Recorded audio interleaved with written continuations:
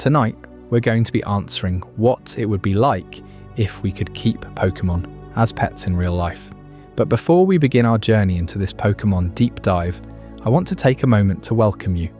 Whether this is your first night here, or you've made stellar sleep part of your nightly routine, for those of you who've been joining us consistently, I want to thank you for being such an integral part of our channel.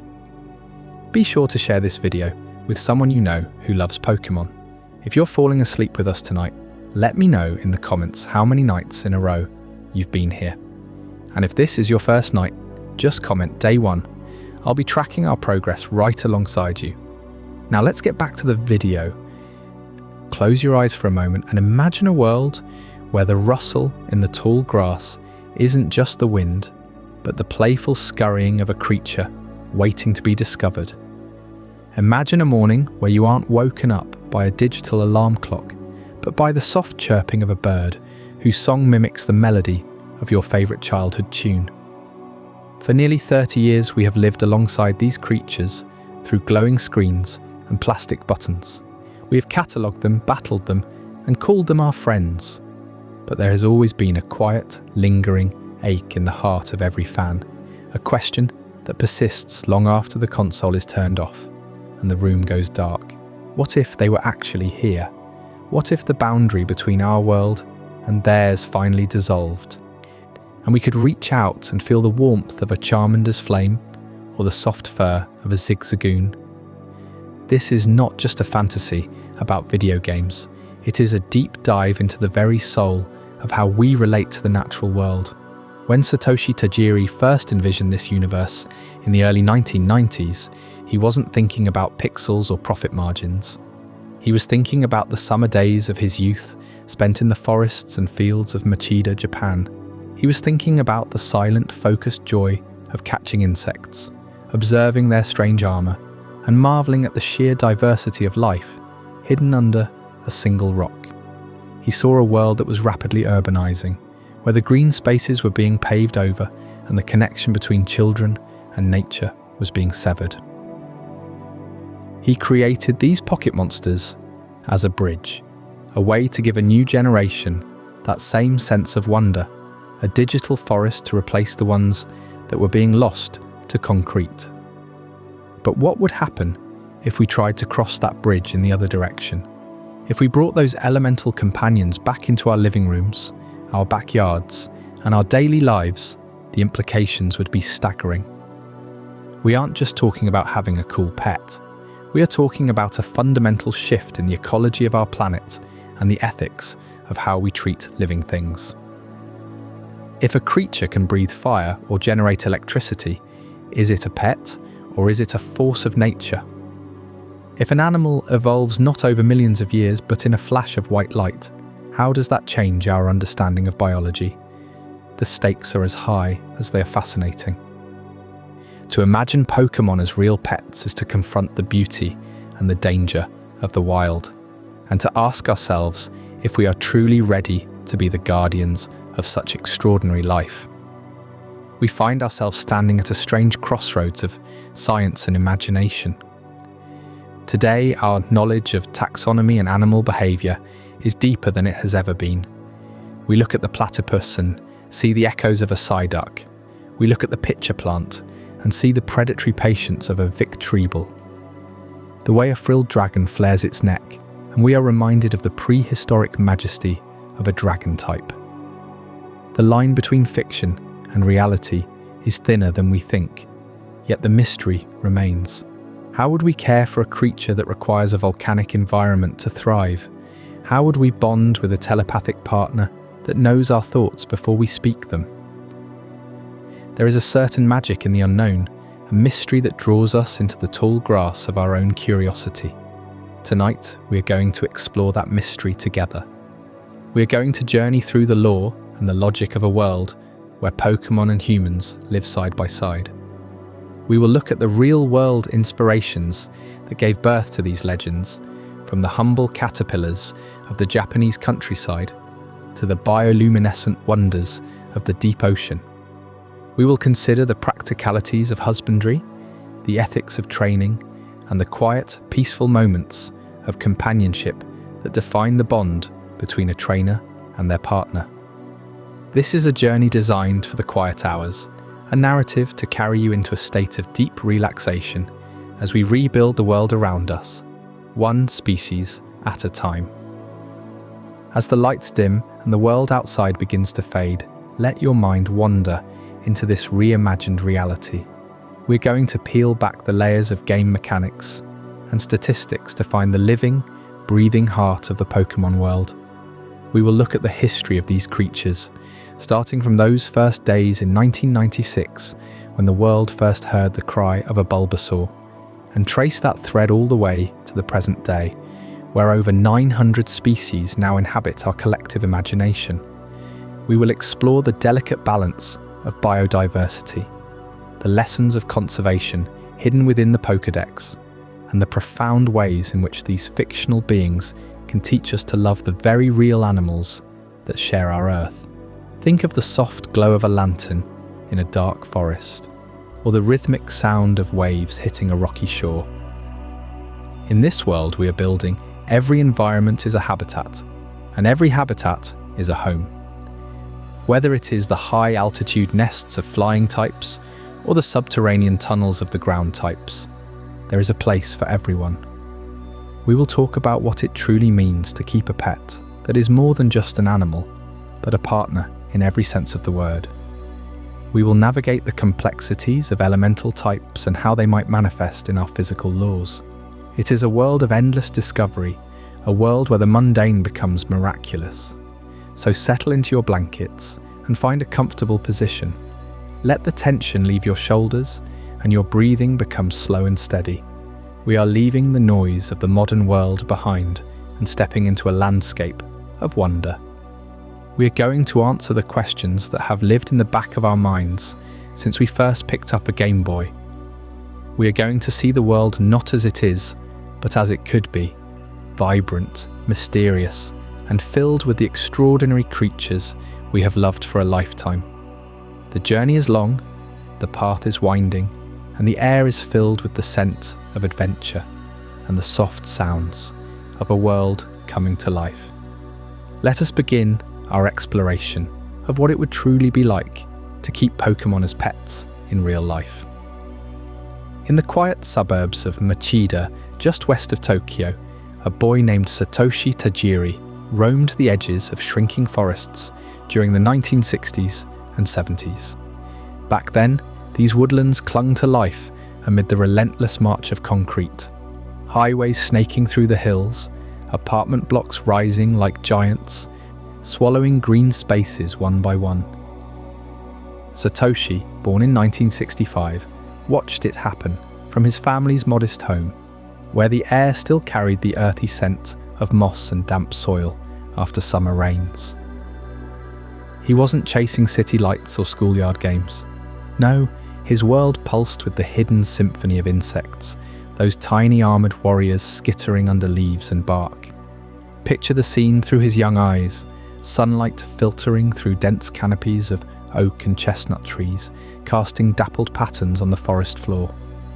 Satoshi would venture out at dawn, his small hands clutching a net fashioned from bamboo and gauze, heart racing as he spotted the glint of a beetle's iridescent shell. Machida's forests teemed with them. Rhinoceros beetles with their fierce horns, scarab beetles burrowing into rotting wood, stag beetles locking mandibles in epic clashes. He'd spend hours turning over logs, peering into crevices, the thrill of discovery pulling him deeper into the wild. But year by year, the bulldozers came closer, felling trees for parking lots and train stations. By the time he hit his teens, those once vast woods had fractured into pockets, forcing him to travel farther, even by train, to find his prizes. It stung, a personal extinction unfolding right in his backyard. Yet from that loss bloomed something extraordinary. Satoshi didn't just collect, he bonded. Each beetle became a companion, housed in carefully crafted terrariums on his bedroom shelves, jars lined with soil, twigs for climbing, fresh leaves to munch. He'd watch them for hours, mesmerized by their behaviors. The way a Japanese rhinoceros beetle male would rear up in defense, horns curved like ancient samurai helmets, or how females methodically laid eggs in hidden burrows. Trading was his currency. He'd swap a rare Kawazu Kagami Mushi stag beetle for a friend's prized Miyama Hirosu, negotiating with the fervour of a master trader. These weren't mere trophies, they were living treasures, demanding care, feeding, and respect.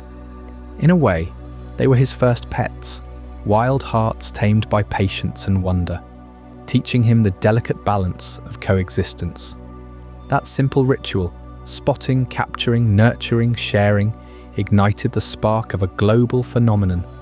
Satoshi grew up, but the forests kept vanishing, and with them, the chance for city kids to touch real nature.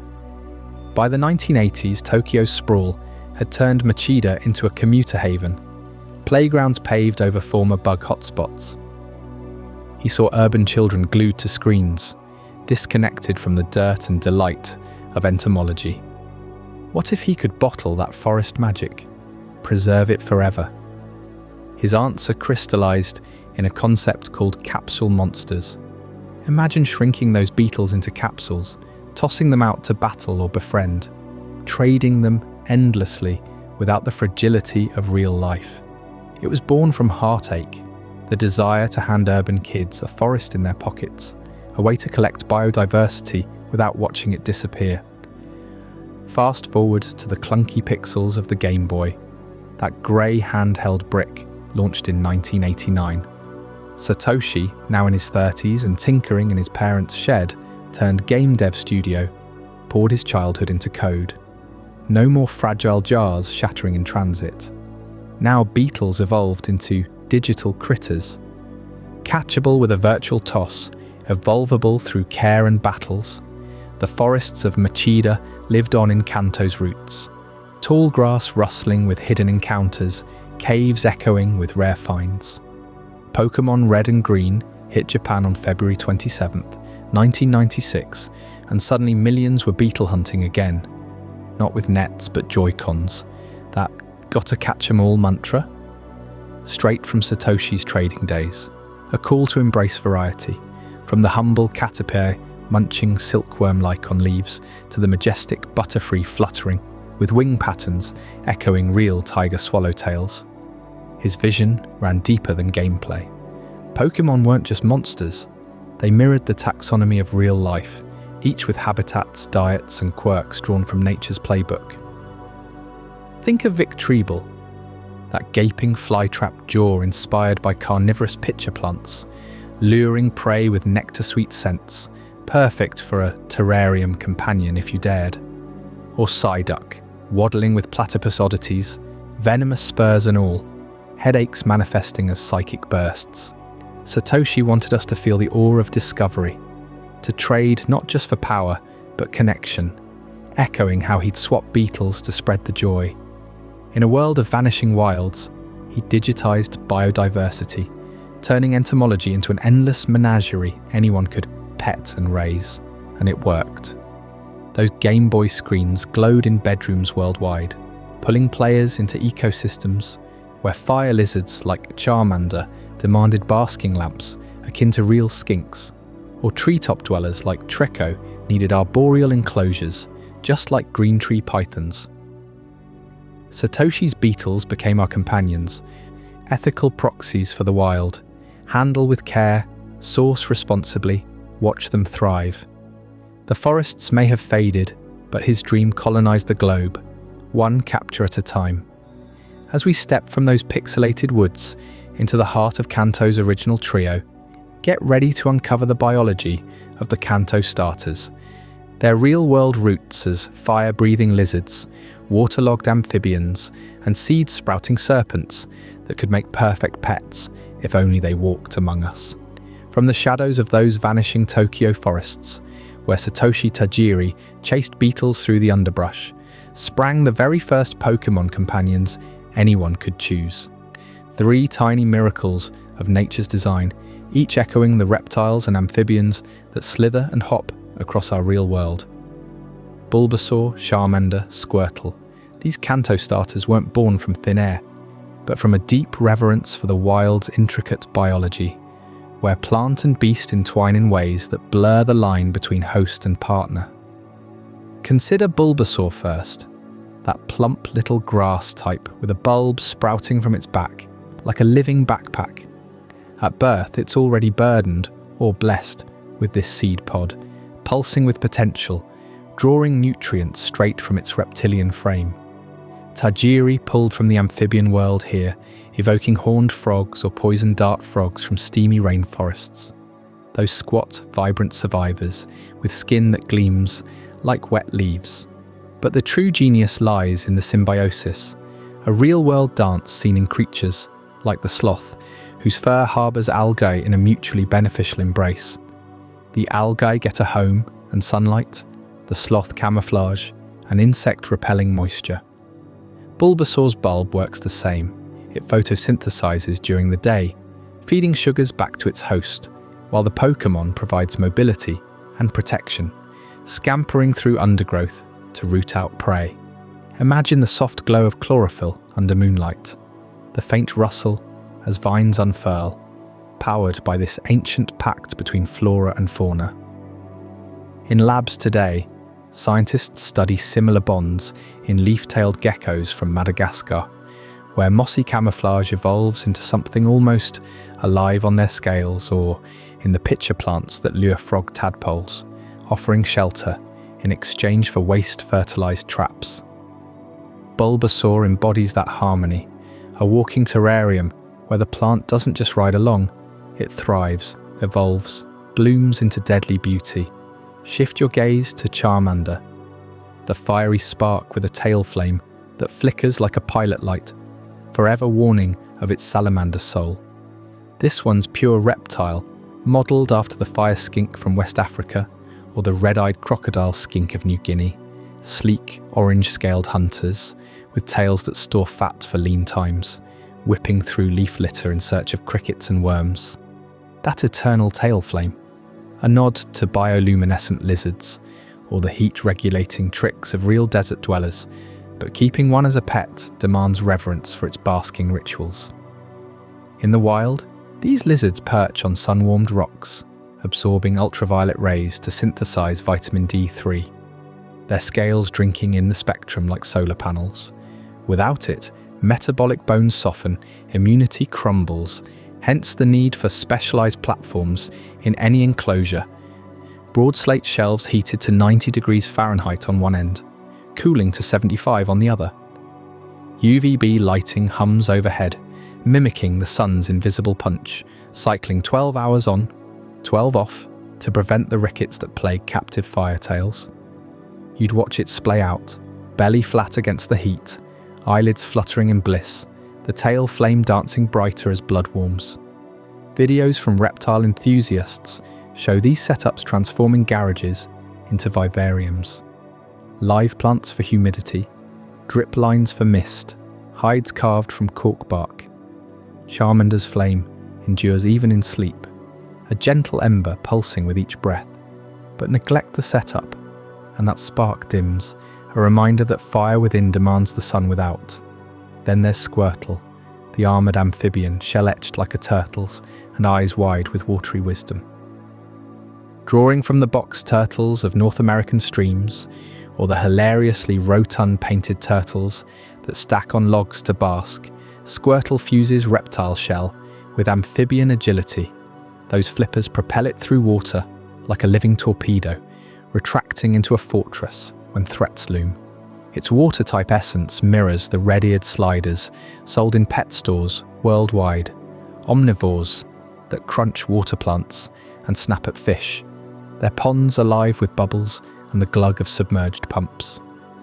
Yet Squirtle's biology hints at deeper amphibian roots, like the African clawed frog with its dexterous toes, or the hellbender salamanders lurking under river rocks, lungs supplemented by slick skin that breathes oxygen straight from the current.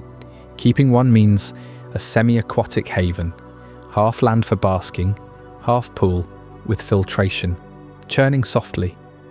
pH balanced at 7.5, temperatures steady from 75 to 85. The shell demands calcium dusting on greens, UVB for shell strength, lest it soften like chalk. You'd hear the gentle lap of water as it paddles, the occasional splash announcing a dive, shell gleaming under soft lights. These starters weave a tapestry of symbiosis far beyond fantasy.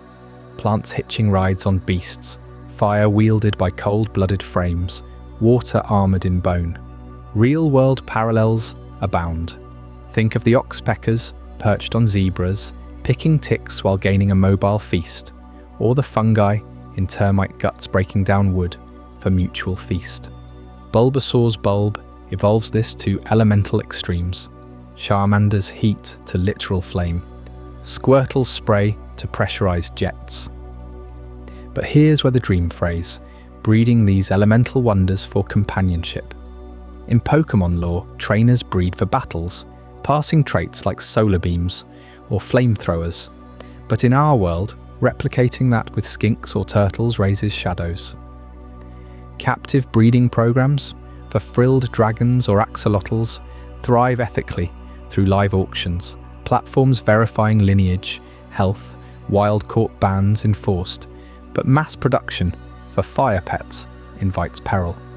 Overbreeding dilutes genetics, leading to weak flames, metaphorically speaking. Skinks with scoliosis from cramped cages, turtles with shell pyramiding from poor diets. Ethical keepers prioritize conservation bloodlines, rotating enclosures to mimic migrations, spaying to curb overpopulation. Yet the allure tempts shortcuts, impulse buys from unverified sellers, elemental upgrades via selective pairing that stress the animals. Imagine the quiet tragedy, a Charmander lineage fading, tails guttering low, or Bulbasaur bulbs yellowing from nutrient theft rather than gift. Domesticating these sparks of wild magic demands we honour their roots, not chain them to our whims. As we ponder these living legends, their flames and vines and shells fading into the night, a certain yellow spark steals the scene next, an electric mouse that turned the world upside down. In Chapter 3, The Pikachu Phenomenon, uncover how one Pokémon leaped from starter rival to global icon, reshaping companionship forever. From the flickering flames of Charmander's tail and the gentle pulse of symbiotic life in Bulbasaur's bulb, our gaze now shifts to a spark in the underbrush, a tiny yellow creature that would one day light up the world. In the shaded paths of Viridian Forest, where sunlight filters through ancient oaks like scattered gold coins, Pikachu first emerges not as a companion handed to you at the lab's door, but as an elusive glimpse amid rustling leaves. This electric mouse, no taller than your forearm, darts between roots with cheeks puffed full of stored thunder, its black-tipped ears twitching at the faintest footfall. Back in those early days of the games, catching one demanded patience, a lure of thunderstones glinting in your pack, because Pikachu wasn't born for the spotlight. It was a wild rarity, one in a sea of Pidgeys and Caterpies, embodying Tajiri's own hunts through shrinking woodlands. You can almost feel the damp earth under your boots, hear the crackle of static as it sizes you up, tail swaying like a live wire. Yet from that secretive forest dweller, Pikachu evolves into something unstoppable. The anime catapults it forward in 1997, Ash's reluctant partner, zapping foes with a cry that echoes Pika Pie across screens worldwide. Merchandise flood shelves, plush toys that spark joy in kids' arms, keychains dangling from school bags, even the parade balloon at the Macy's Thanksgiving Day event, floating massive over New York streets. By the turn of the millennium, this once rare Pokémon adorns everything from cereal boxes to Olympic torches, its face the universal emblem of a franchise worth billions. What began as a bolt from the blue becomes the heartbeat of Pokémon culture, a mascot that unites fans from Tokyo alleys to American suburbs. But let's linger on what makes Pikachu tick beneath that glossy yellow fur, its deep-seated need for connection, mirroring the social worlds of real rodents we dare to call kin.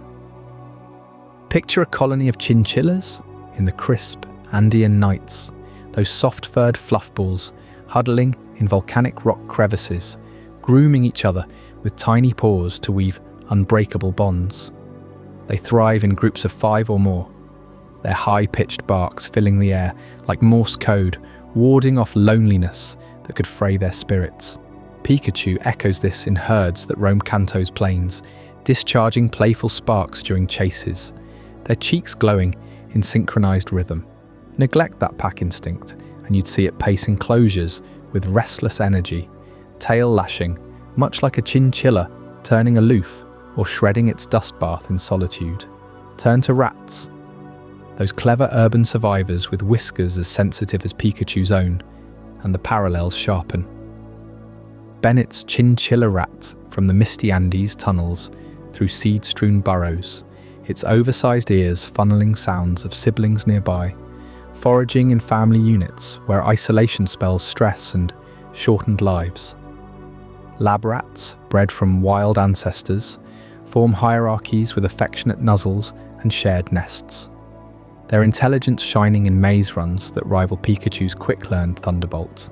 As a pet, you'd need at least a trio, rat or Pikachu, to mimic that chatter and warmth, vast playgrounds of tubes and wheels to channel their endless curiosity. Imagine the symphony, Pikachu's electric chirps blending with chinchilla squeaks or rat squeals, a living circuit of companionship that demands your constant presence, lest the quiet turns to anxious zaps against cage bars.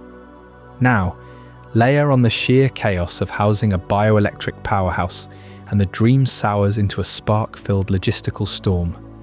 Those cheek pouches aren't mere batteries, they're capacitors humming with voltages that could fry a smartphone or jolt you mid-pet. Real-world electric eels in Amazon basins generate 600 volts to stun prey, demanding rubber-lined tanks and grounding rods to keep handlers safe. Scale that to a rodent scampering your living room, and you're retrofitting homes with Faraday cages, floors of conductive mesh shunting stray currents to ground. Feed it berries charged with static from thunderclouds, and watch outlets flicker. Your fridge motor stalls, lights dim in sympathy. Bath time, a nightmare of insulated tubs and rubber gloves. Water and electricity courting disaster like forbidden lovers. Vets would need hazmat suits, checkups under dimmed fluorescents to avoid feedback loops from medical gear. And evolution, Pika to Raichu, demands a thunderstone. But in reality, you'd wrestle with a bulked-up beast shedding volts like sweat. Its tail now a whip-crack hazard in tight spaces. Ethical breeders might breed milder strains, yet the wild heart persists, turning every cuddle into a calculated risk. This tension between peril and pull finds its pivot in 1998, when Pokémon Yellow rewires the bond forever. No longer sidelined as a forest prize, Pikachu greets you from the professor's lab, black eyes wide, refusing to enter a Pokeball until trust blooms. You walk side by side through Pallet Town's blooming fields. It sparks a constant companion rather than a captured force. Gym battles test not just power, but partnership. Pikachu levels up at your encouragement, its loyalty forged in shared scrapes against Brock's rocks or Misty's waves. Yellow mirrors the anime's heart, softening Pokémon from battle fodder to everyday allies, the kind you'd tuck beside your bed. Sales soar, Pikachu plushies outsell rivals tenfold, cementing the shift. These aren't tools for victory, but friends whose zaps warm your world. That electric intimacy hints at broader skies ahead, where wings unfurl and melodies take flight. In our next chapter, avian allies and the music of nature, we'll soar into the skies of Pokemon's feathered friends, uncovering how birdsong and aerial grace could harmonize with our homes in ways that make even Pikachu's sparks seem tame. As Pikachu's cheek pouches crackle with untamed energy in the underbrush, drawing us close to the Earth's hidden rhythms, our gaze now lifts skyward to the avian allies who weave melodies into the wind. These feathered companions, from the humble Pidgey fluttering through city parks to the chatty Chatot perched on a trainer's shoulder, echo the real-world birds that have shadowed human steps for millennia.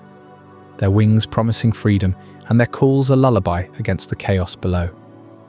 Consider the Pidgey line, those unassuming specks against the horizon, mirroring the tireless migrations of urban pigeons and sparrows that navigate our concrete jungles. In the wild, common pigeons, descendants of rock doves from Mediterranean cliffs, trace ancient roots, dipping low over rooftops in search of scattered seeds and fleeting warmth. Pidgey evolves much the same, from a downy fledgling scavenging Kanto's alleyways to Pidgeotto slicing through seasonal gales, then Pidger, a majestic raptor whose 30-foot wingspan could rival a golden eagle's soar. If you kept a Pidgey as a pet, you'd witness this instinct firsthand. The way it circles your balcony at dusk, eyes sharp for the flicker of insects, its coos softening into a rhythmic pulse that quiets the mind. These birds don't just fly, they map the invisible threads of the world, reminding us how Pokémon lore captures the pulse of city flocks that brave winter's bite to return each spring. Their feathers dusted in frost-kissed dawn, but it's the music they make that binds us deepest, those layered songs rising like mist from treetops. Bird calls aren't mere noise, they're symphonies of survival, territorial claims, and mating dances tuned over eons to soothe or startle. In your Pokémon menagerie, a flock of Starly or Tylo might trill at twilight, their descending whistles mimicking the Vesper sparrows of open fields, easing you into slumber as surely as ocean waves. This is the heart of our lore for sleep.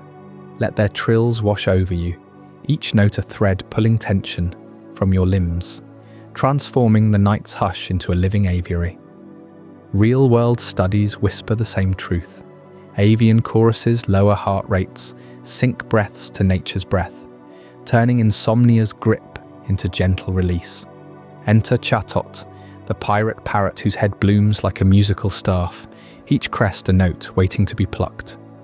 This normal flying type draws straight from the yellow-collared lovebird, a vibrant African native with a beak built for mimicry and a collar of sunlit yellow framing its emerald plumage. Lovebirds, small as a fist yet bold as brass, master human speech in captivity, replaying phrases with eerie precision. Your good morning twisted into a dawn chorus, or a whistle morphed into a haunting refrain. Chatot amplifies this gift. Train it to chatter, and it replays battles in vocal loops, a living recorder of triumphs and tumbles. Keeping one as a pet? You'd need a spacious aviary strung with perches and puzzles, for these mimics thrive on conversation, their brains lighting up like switchboards with every echoed syllable. Flying types demand more than open skies. They crave the forge of flight, where muscle meets mind in endless ascent. Picture rigging a flight dome for your Doduo or Farfetch'd, 30 feet across with wind tunnels and agility hoops, echoing the real-world falconry that hones peregrine falcons to 300-mile-per-hour dives. Pidgeot's training mirrors hawk conditioning. Start with lure chases on leashes of woven vine, building stamina against headwinds that howl like unknown riddles. But beneath the aerobatics lies mental stimulation, vital as breath. Bored birds pluck feathers to quills, enrich their world with foraging toys stuffed with berries or mirrors that spark preening displays. For Chatot, it's recordings of wild calls, tropical finches or laughing kookaburras, layered into improvisations, turning mimicry into mastery. Neglect this and your avian ally dims, feed it challenges, and it sings symphonies that rival the aurora's hush. Yellow-collared lovebirds embody this perfectly. Their wild flocks raiding orchards in Namibia's thorn scrub, chattering codes that baffle predators. In homes, they bond fiercely, preening a partner's crest or shredding toys to confetti, but only if mentally fed. Skip the puzzle feeders mimicking termite mounds, and their mimicry sours to shrieks. Provide them, and they croon your name back in velvet tones, a Pokémon dream made flesh. Chatot's lore leans into this. Trainers in the Unova region whisper commands into its throat pouch, where sound warps and stores like a living gramophone, replaying foes' cries to unnerve them mid-battle. As a pet, it'd perch on your windowsill, mimicking rain patter or distant thunder, blending storm and serenity until sleep claims you whole.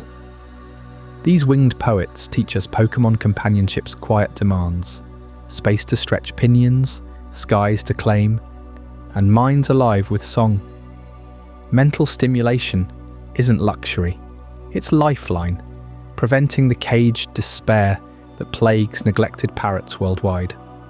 Enriched with swings of bamboo, bells of polished shell, and daily flights under starlit canopies, where your Spearow learns trust one loop at a time. The Pidgey line thrives here too, their migration instincts blooming in urban aviaries.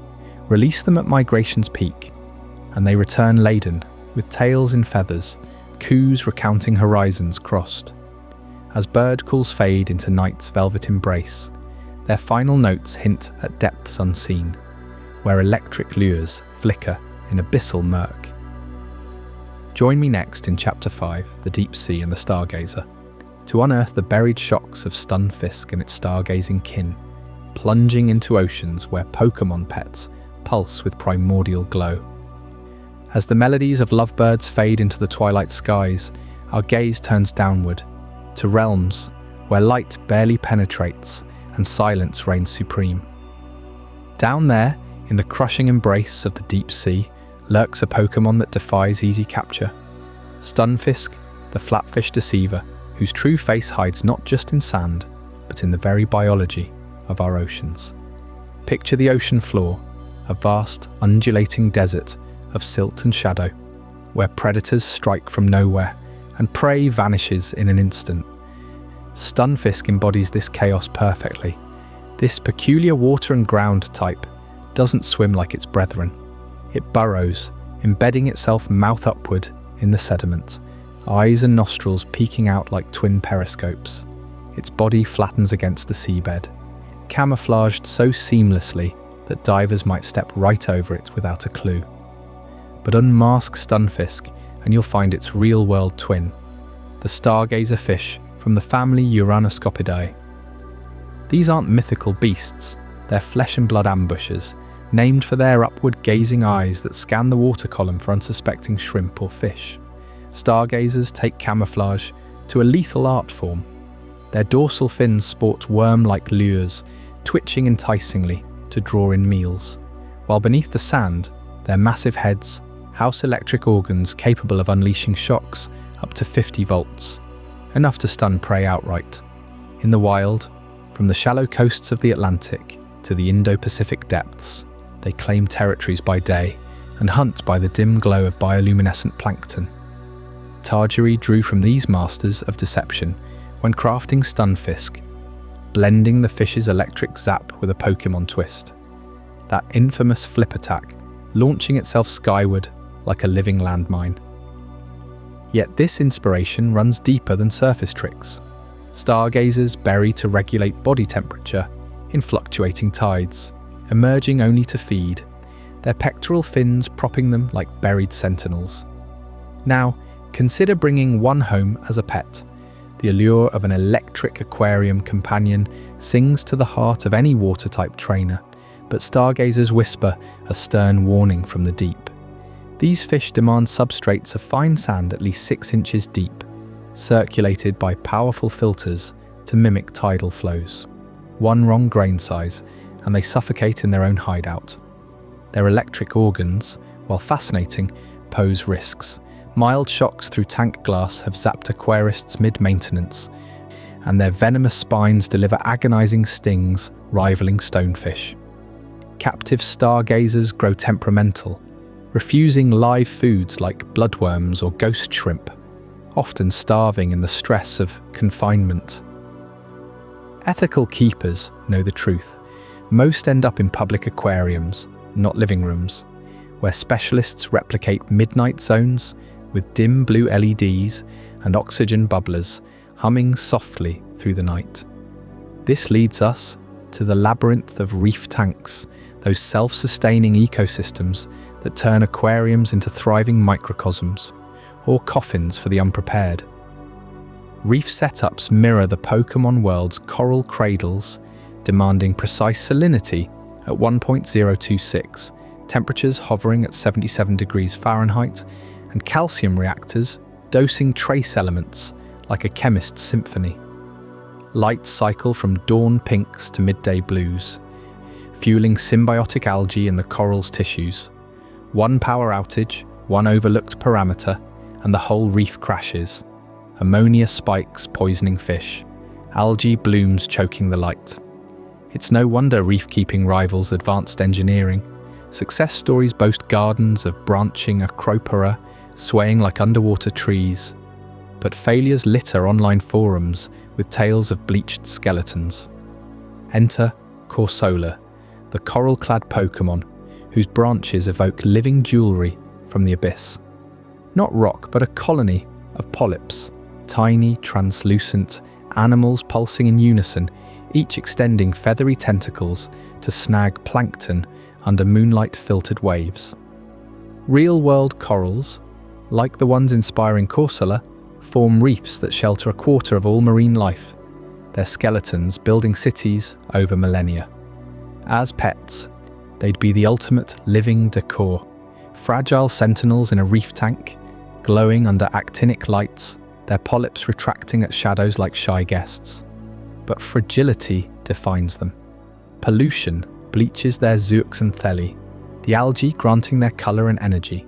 Warming seas expel these partners, leaving white ghosts adrift.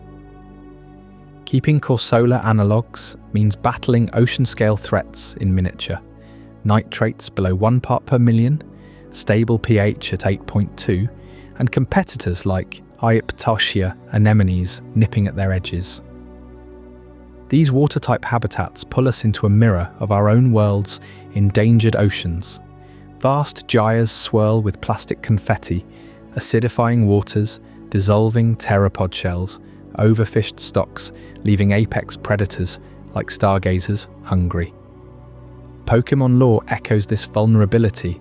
Regions like Hoenn boast coral archipelagos ravaged by Team Aqua, while Unova's abyssal ruins hide relics of sunken civilizations. Stunfisk thrives in muddy estuaries, now dredged for ports. Corsola clings to reefs hammered by crown-of-thorns starfish blooms. Tajiri wove these threads subtly, urging us through fantasy to cherish the real deep sea, where 90% of ocean life dwells unseen. Biodiversity hotspots like the Coral Triangle, pulsing with undiscovered species. In tanks or in lore, these companions teach patience amid peril, their worlds as intricate as the Pokeballs that might contain them. Yet transformation waits in the wings, fragile wings destined to unfurl. Drift with me now into Chapter 6, Metamorphosis and the Butterfree Effect, where a humble caterpillar's journey reshapes everything you thought you knew about growth and fleeting beauty. From the shadowy burrows of the ocean floor, where stargazer fish lie in wait, masters of electric ambush and perfect camouflage, our gaze now lifts to the sun-dappled canopies of eastern North American woodlands.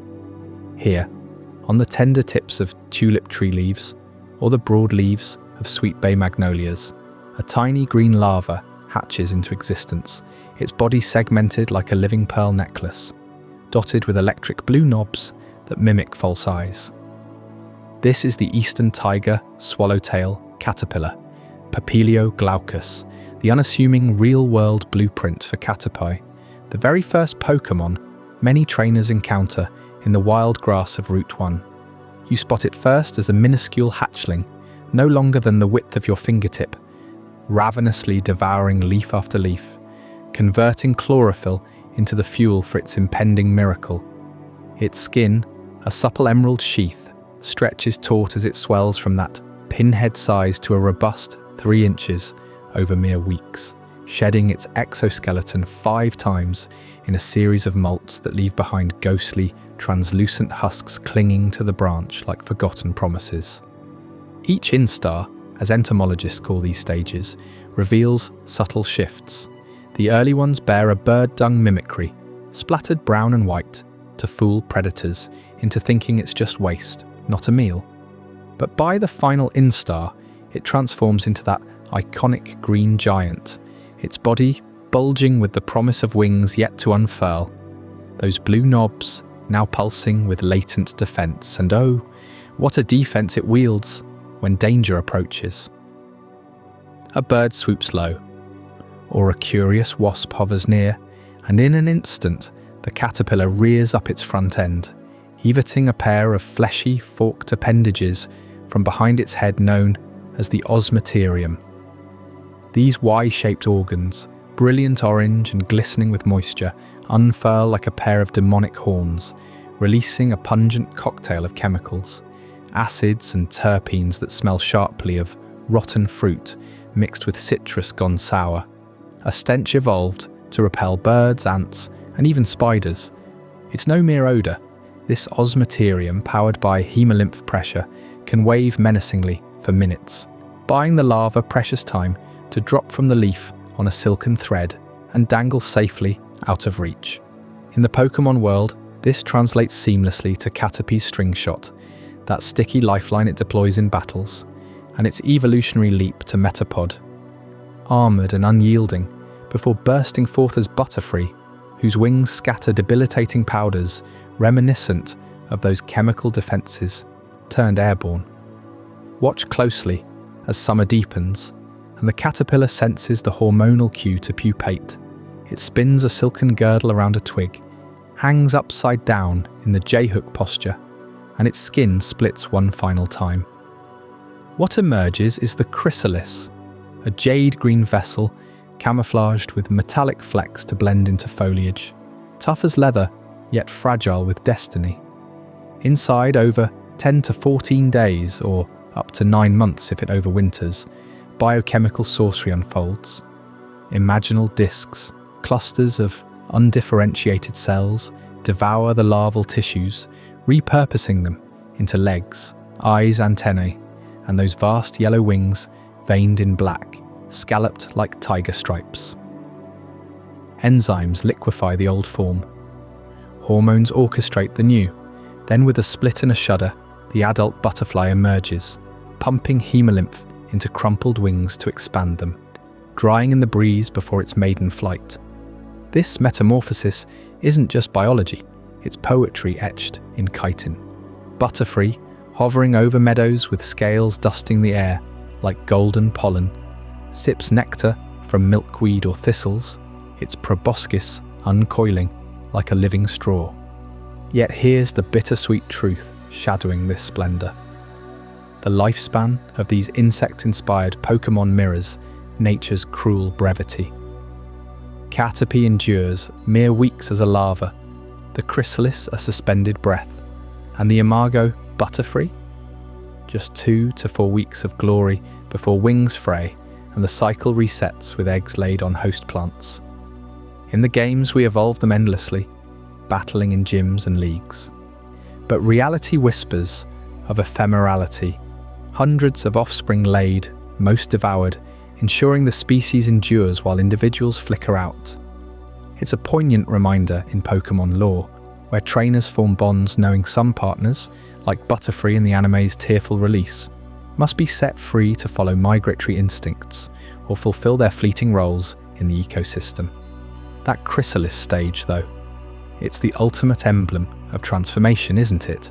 Suspended in stillness, the world outside rages with predators and seasons, yet within, profound reconfiguration brews.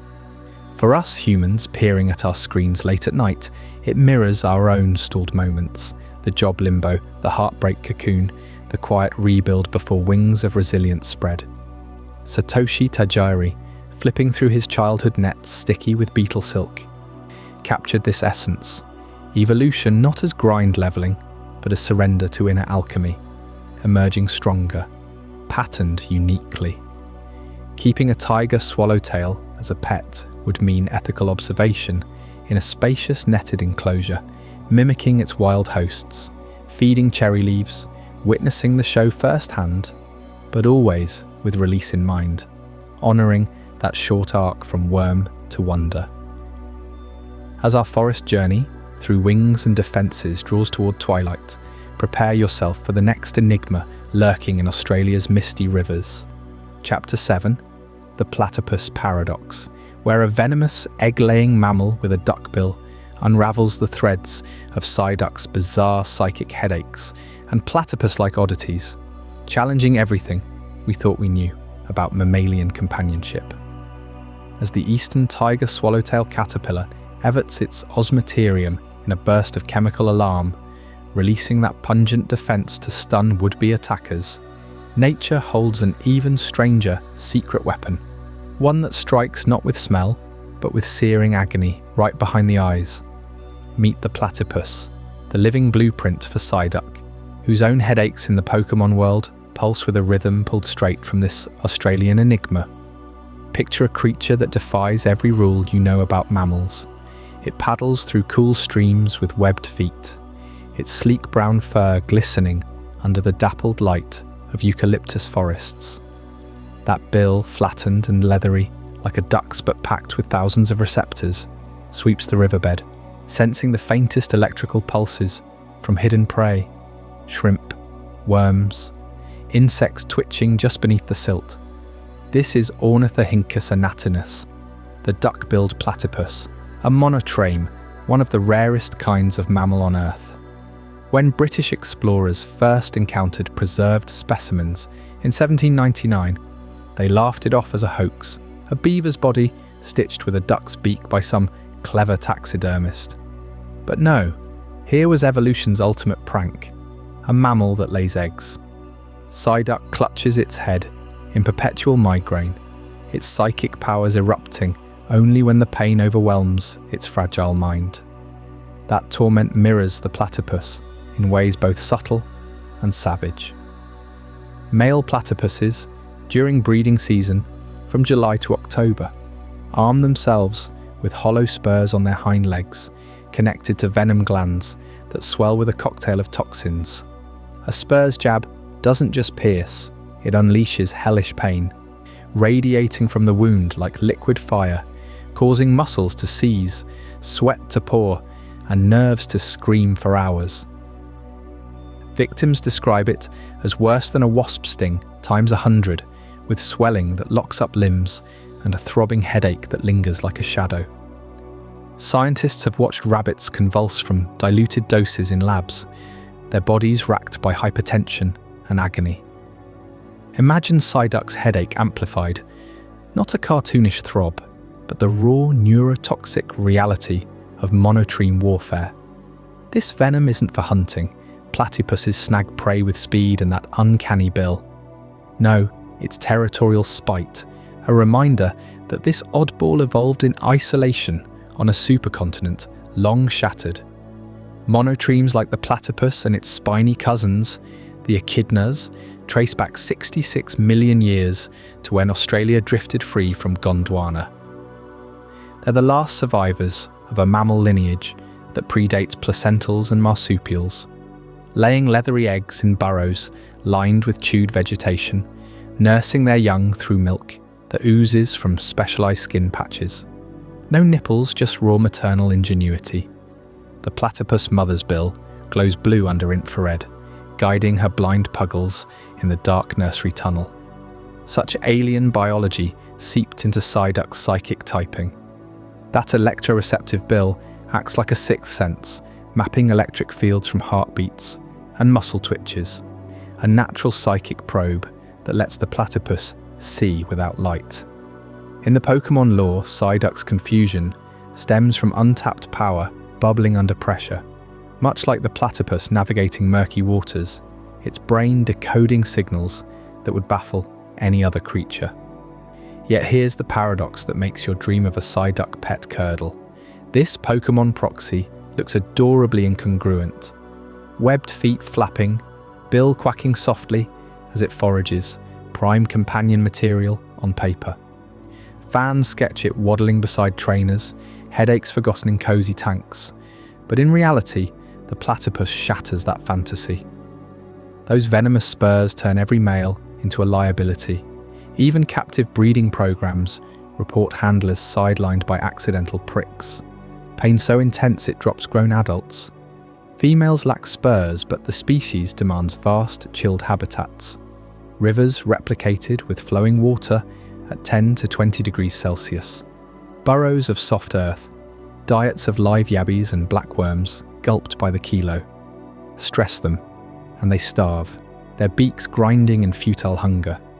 Worse, legality slams the door. Australia guards its monotremes fiercely under the Environment Protection and Biodiversity Conservation Act. Owning a platypus is outright banned for private citizens, reserved for accredited zoos with multi-million-dollar enclosures. Export, forget it. Federal laws since the 1970s prohibit it, with penalties up to 2 years in prison. Cross to the United States, and exotic pet rules splinter by state.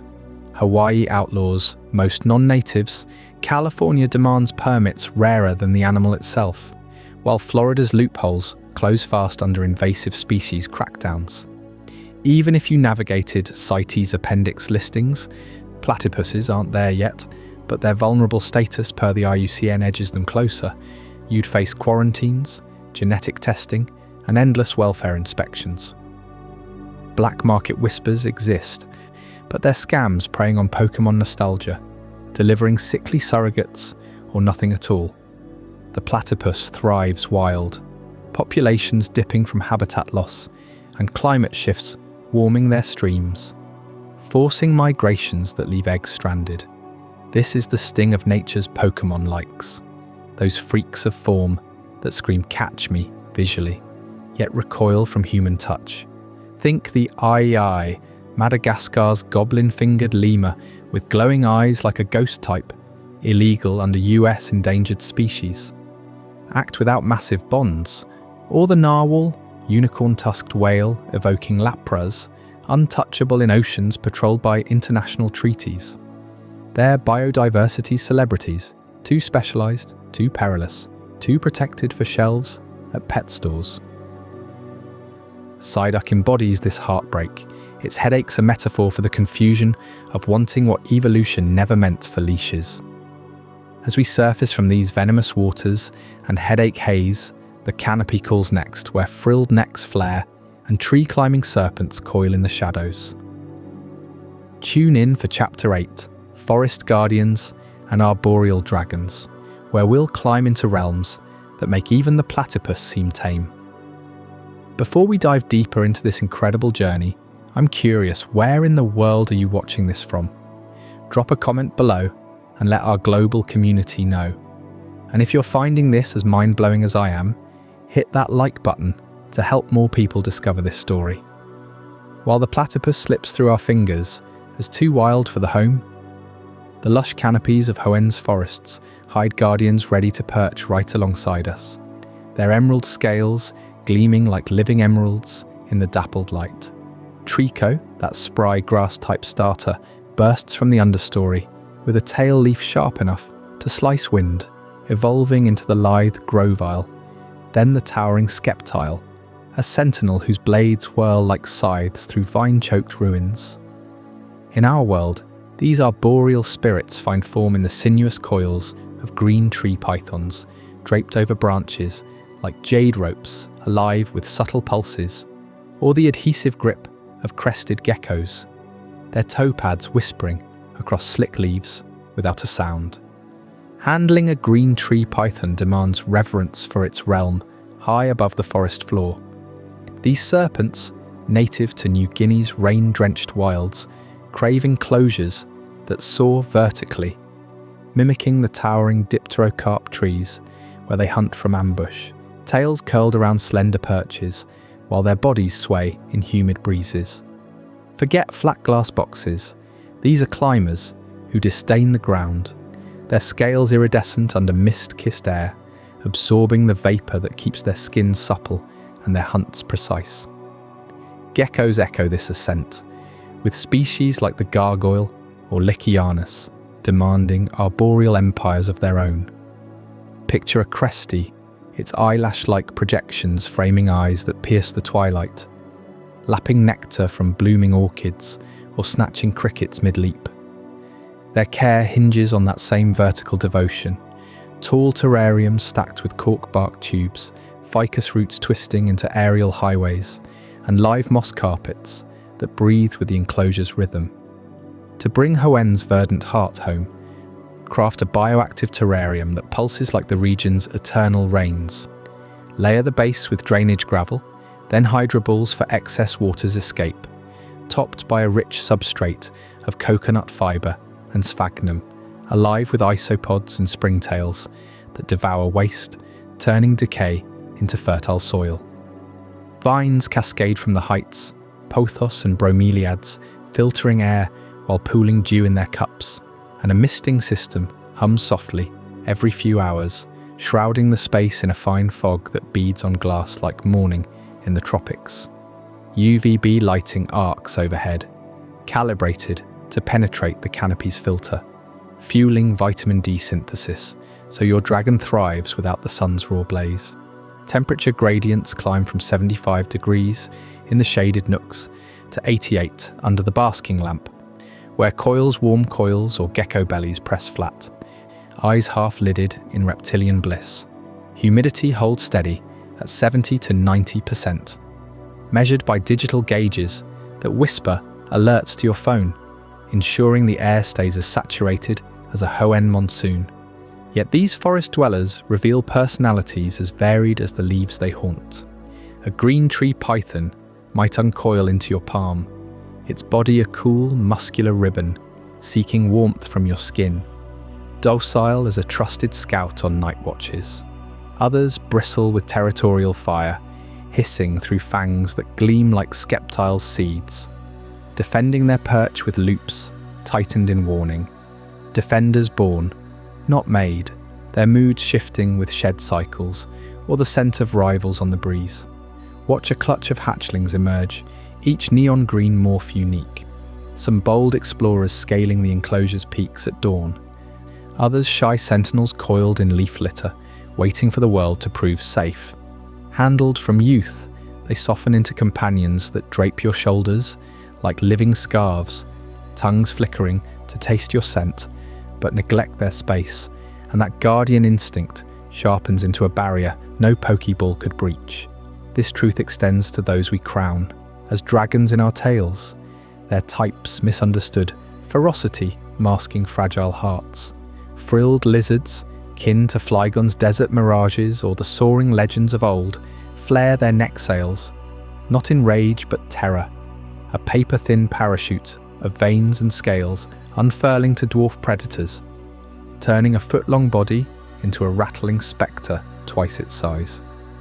Chlamydosaurus kingi, from Australia's arid scrubs, perches semi-arboreal on termite mounds. Legs splayed in push-up displays that thump the earth like war drums. Ethical breeders offer them through live auctions on platforms like Morph Market, where you verify lineage and health, sidestepping the scams of impulse mills. Their homes blend ground and height, 30 gallons minimum, with branches for lunges and burrows for retreats. UVB tubes simulating the outback glare, and insects dusted in calcium tumbling live for the hunt. Bitey reputations fade with patience. A frilled dragon learns your gait, its sail staying folded as you approach, head bobbing in wary greeting. Misunderstood as monsters, they're architects of illusion. Much like Hoenn's dragons weaving through fog-shrouded groves, their displays a cry for space in a world quick to label. In these vertical realms, Pokemon's forest guardians teach us balance, humidity's embrace, light's precision, the quiet thrill of a coil tightening in trust. As the mists settle and branches creak under nocturnal weight, our journey ascends next to Chapter 9, the raccoon dog of Johto, where masked foragers scurry from the shadows, their clever paws unearthing secrets that blur the line between pest and perfect companion. From the mist-shrouded heights of those Hoenn-inspired arboreal havens, where geckos and pythons claim the canopy with their sinuous grace, we now slip down to the earthy understory. The leaf-littered trails of Johto, where a striped scavenger darts in erratic zigzags, forever rummaging for hidden bounty. This is Zigzagoon, the pint-sized hustler of the roots, its black and white mask evoking a bandit, forever on the prowl. Its real-world counterpart roots deep in the wilds of East Asia, the Japanese raccoon dog, known across folklore as the tanuki. Picture it, a stocky canid no taller than your knee, with a plush coat of tawny fur ringed by that signature dark tail, eyes gleaming like polished obsidian under the moon. Native to the temperate forests and wetlands, from Hokkaido's chill pines to Kyushu's bamboo thickets, the tanuki embodies the scrappy survivor, blending seamlessly into twilight realms where rivers murmur and fireflies pulse. Zigzagoon's designers at Game Freak clearly channeled this creature's essence. The zigzag gait born from its bounding, inquisitive trot as it noses through underbrush, overturning rocks and sniffing out grubs. In the games, it evolves into the sleek Linuna, mirroring how a tanuki's playful bulk hints at untapped speed when startled into flight. But beyond the physical echo lies a deeper cultural vein, one pulsing with centuries of Japanese myth that cements the tanuki's place as Zigzagoon's spiritual ancestor. In folklore, the tanuki ranks among Japan's most beloved yokai, shape-shifting tricksters immortalized in tales from the Edo period, scrolls to modern anime cameos. Statues of them, those iconic Jizo-like figures with comically oversized bellies, phallic stones for prosperity, and leaves tucked behind ears, dot shrines from Shigaraki's pottery kilns to rural roadside altars. These guardians of the wild promise fortune through cunning. One legend whispers of a tanuki transforming a fallen leaf into a lavish feast to dupe a greedy merchant, only to vanish with a mischievous cackle. Another speaks of them drumming their distended stomachs like taiko drums, echoing through misty valleys to ward off evil spirits. This boundless adaptability screams normal type through and through, the elemental everyman of Pokémon, unburdened by flashy powers, yet thriving in any terrain. No fire breath or psychic blasts, just raw versatility. Tanuki raid orchards for persimmons, scavenge human scraps from village edges, even hunt frogs and voles under starlight. Their normalcy shines in folklore's embrace of the ordinary made extraordinary, a creature so woven into daily life that festivals in places like Miharu honor them with dances and sake toasts, invoking bountiful harvests. Yet for all its charm, the tanuki defies the cozy confines of domesticity, a wild canid through and through. Leagues from the lapdog loyalty we've bred into chihuahuas or shih tzus. Domestication demands millennia of selective breeding to curb territorial snarls and roaming instincts. Tanuki retain the soul of the forest prowler. Adults tip the scales at 12 to 20 pounds, demanding vast enclosures to mimic their 5-mile nightly circuits through woods and fields. They're opportunistic omnivores, yes, but their menu veers feral. Roadkill, invertebrates, even raiding fish traps, leading to a musky den reek that no air freshener tames. Health woes compound the mismatch. Carriers of echinococcus parasites and rabies vectors in parts of their range. They've sparked outbreaks in Europe after hitching rides on fur trade ships. Females birth litters of 6 to 8 in spring. Burrows dug into hillsides. Their yips and growls filling the dawn like a chaotic chorus. Attempts to keep them as novelty pets in Japan or abroad fizzle fast. They shred furniture with raccoon-like claws, mark territory with pungent sprays, and pine for the hunt until stress twists them aggressive. Zoos house a few for conservation, but even there, enriched paddocks with ponds and logs barely scratch the itch of true freedom.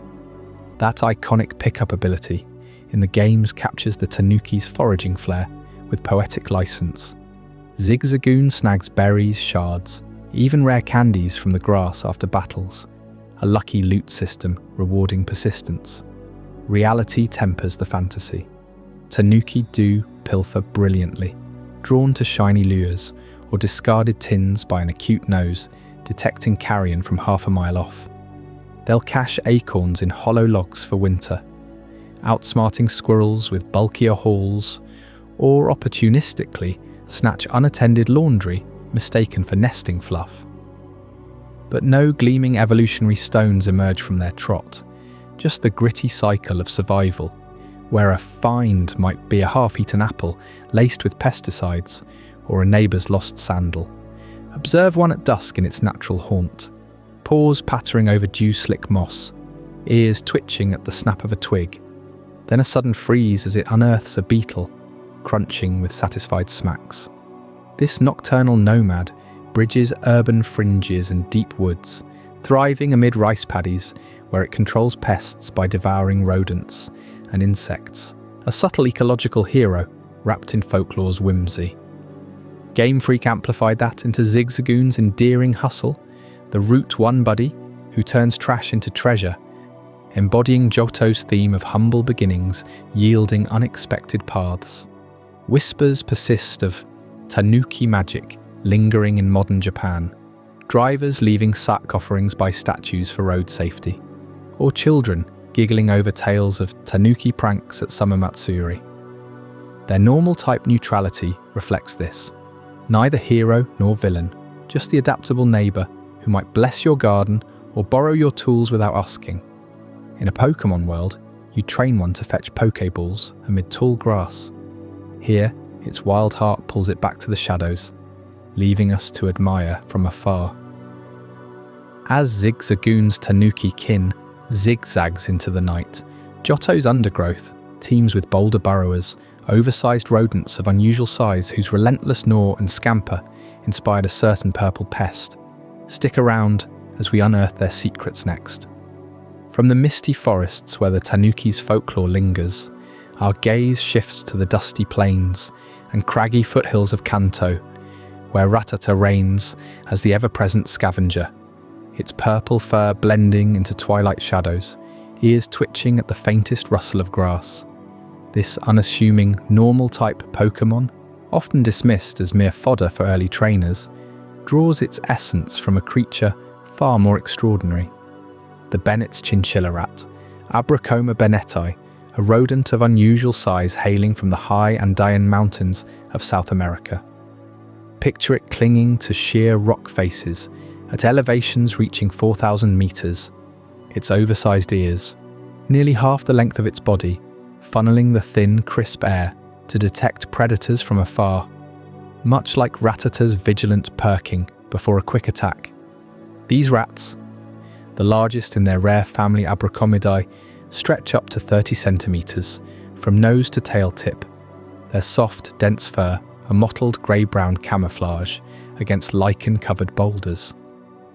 Unlike the common house rat, Bennett's chinchilla rats shun open ground, carving intricate tunnel networks into the rugged slopes, where the air grows cool and earthy, laced with the faint, nutty scent of stored seeds. Rattata mirrors this perfectly. Its lore speaks of burrowing under fields to hoard berries, evading Pidgey dives and Spearow strikes, a survivalist etched into Pokémon's earliest games since 1996. Deep within these Andean warrens, a subtle social hierarchy unfolds, one that echoes the pack dynamics Rattata forms in the wild. Dominant individuals, often the largest females, claim the central chambers. Their scent markings, a musky blend of urine and glandular oils, asserting control over prime nesting spots lined with shredded moss and feathers. Subordinates scurry along peripheral tunnels, their softer footfalls a constant whisper against the packed earth, yielding space with submissive squeaks that resonate like faint echoes in a cave. Males vie for status through displays of agility, leaping between ledges with Rattata-like bursts, their incisors clicking in rhythmic challenges. This order ensures survival in harsh altitudes, where food scarcity demands cooperation laced with competition, much as Rattata swarms, coordinating games to overwhelm foes. Their diet elevates them beyond mere pests. These rodents are seed connoisseurs, selectively gathering from bromeliads and cacti, stripping husks with precise gnaws to access nutrient-dense kernels rich in fats for the cold nights. They cache thousands in humid chambers, rotating stocks to prevent mold, their cheeks bulging like a Pokemon's held item.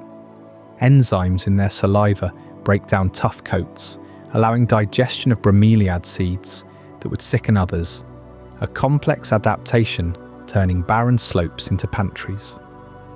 Listen closely in your mind to the ritual. The scrape of claws excavating fresh burrows. A steady, percussive tap, tap, tap, like distant rain on tin. The rustle of leaves dragged inward, soft and methodical.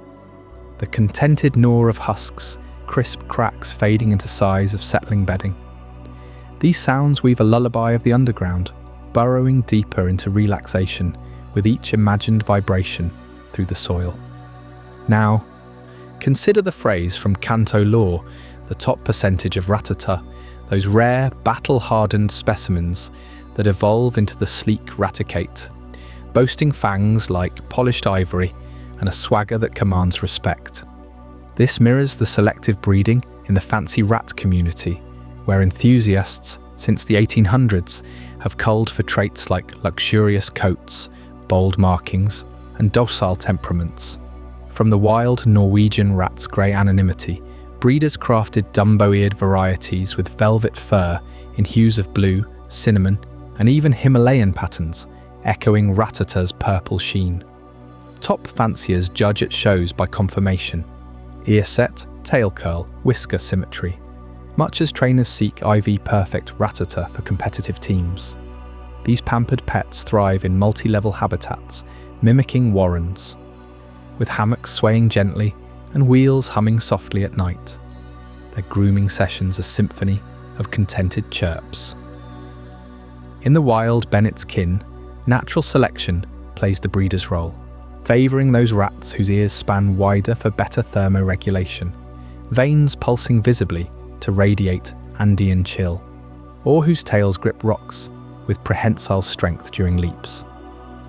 Packs form around these alphas, sharing warmth in nested huddles where tiny hearts beat in unison, a pulsing rhythm under fur that invites sleep. The burrow's core hums with life, nursing young blind and pink, their squeals muffled by maternal licks, adolescents practicing digs, earth pattering like gentle hail, elders sorting seeds with deliberate chews, husks piling in fragrant drifts. Drift with these sounds, the low scrape of expansion, the sift of nesting material, the synchronized breaths rising and falling like ocean swells far below the peaks. Ethical husbandry for such a Pokémon pet would demand vast tunnel systems, climate controlled to mimic those altitudes, cool mists at dawn, dry warmth by dusk, diets of hulled millet, sunflower hearts, and bromeliad proxies like puffed quinoa. No glass tanks here, custom PVC burrows with viewing ports, where you'd glimpse the hierarchy at play. The boss rat lounging on a seed mound, subordinates approaching with lowered heads, offering gleaned treasures. Over time, bonds form. Hand-reared pups nibble treats from fingers, their oversized ears flopping in trust, evolving from wary scavengers to devoted companions. Yet like Rattata's ubiquity masking its grit, these rats remind us of resilience, surviving where others falter. Their world a testament to the quiet power in small forms. As the tunnels quiet into night's embrace, seeds safely stowed and hierarchies settled, our journey through these hidden realms leads us next to Chapter 11. The Carnivorous Garden, where luring scents and snapping traps await in a verdant snare you won't want to escape. While those Andean rodents hoard their seeds in labyrinthine tunnels, thriving on a diet that demands constant foraging and social order, nature has a far more patient hunter lurking in the humid shadows of tropical understories. One that doesn't chase at all, but simply waits, its jaws perpetually agape. Victreebel, the towering grass and poison type from the Kanto region, embodies this merciless stillness, its gaping maw a near-perfect echo of the tropical pitcher plant. Those insidious carnivores that dangle like forgotten lanterns in the rainforests of Southeast Asia and Northern Australia. Picture the Nepenthes raja, one of the largest species, its pitchers swelling to the size of a football, perched on slender tendrils that sway gently in the breeze. This isn't mere foliage, it's a living trap, forged from modified leaves that curl into hooded urns, slick with wax and rimmed with inward-pointing hairs that ratchet prey toward doom. In the wild, these plants claim up to 80% of their nitrogen, not from soil, but from the dissolving corpses of insects, frogs, even small rodents that tumble in. The seduction begins with scent. Oh, that irresistible perfume.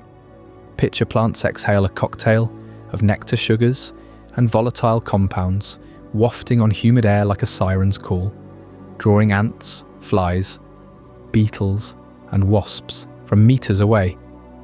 Flies land first, mistaking the crimson-rimmed hood for a flower, their legs slipping on the glistening peristome, that toothed collar lubricated to a mirror sheen. One false step, and gravity claims them, funneling into the digestive soup below, a broth of rainwater, enzymes, and bacteria that breaks down chitin and protein over days or weeks. I've seen time lapses where a robust beetle thrashes for hours, its struggles only churning the fluid faster, until what's left is a nutrient slurry absorbed through the plant's vascular walls.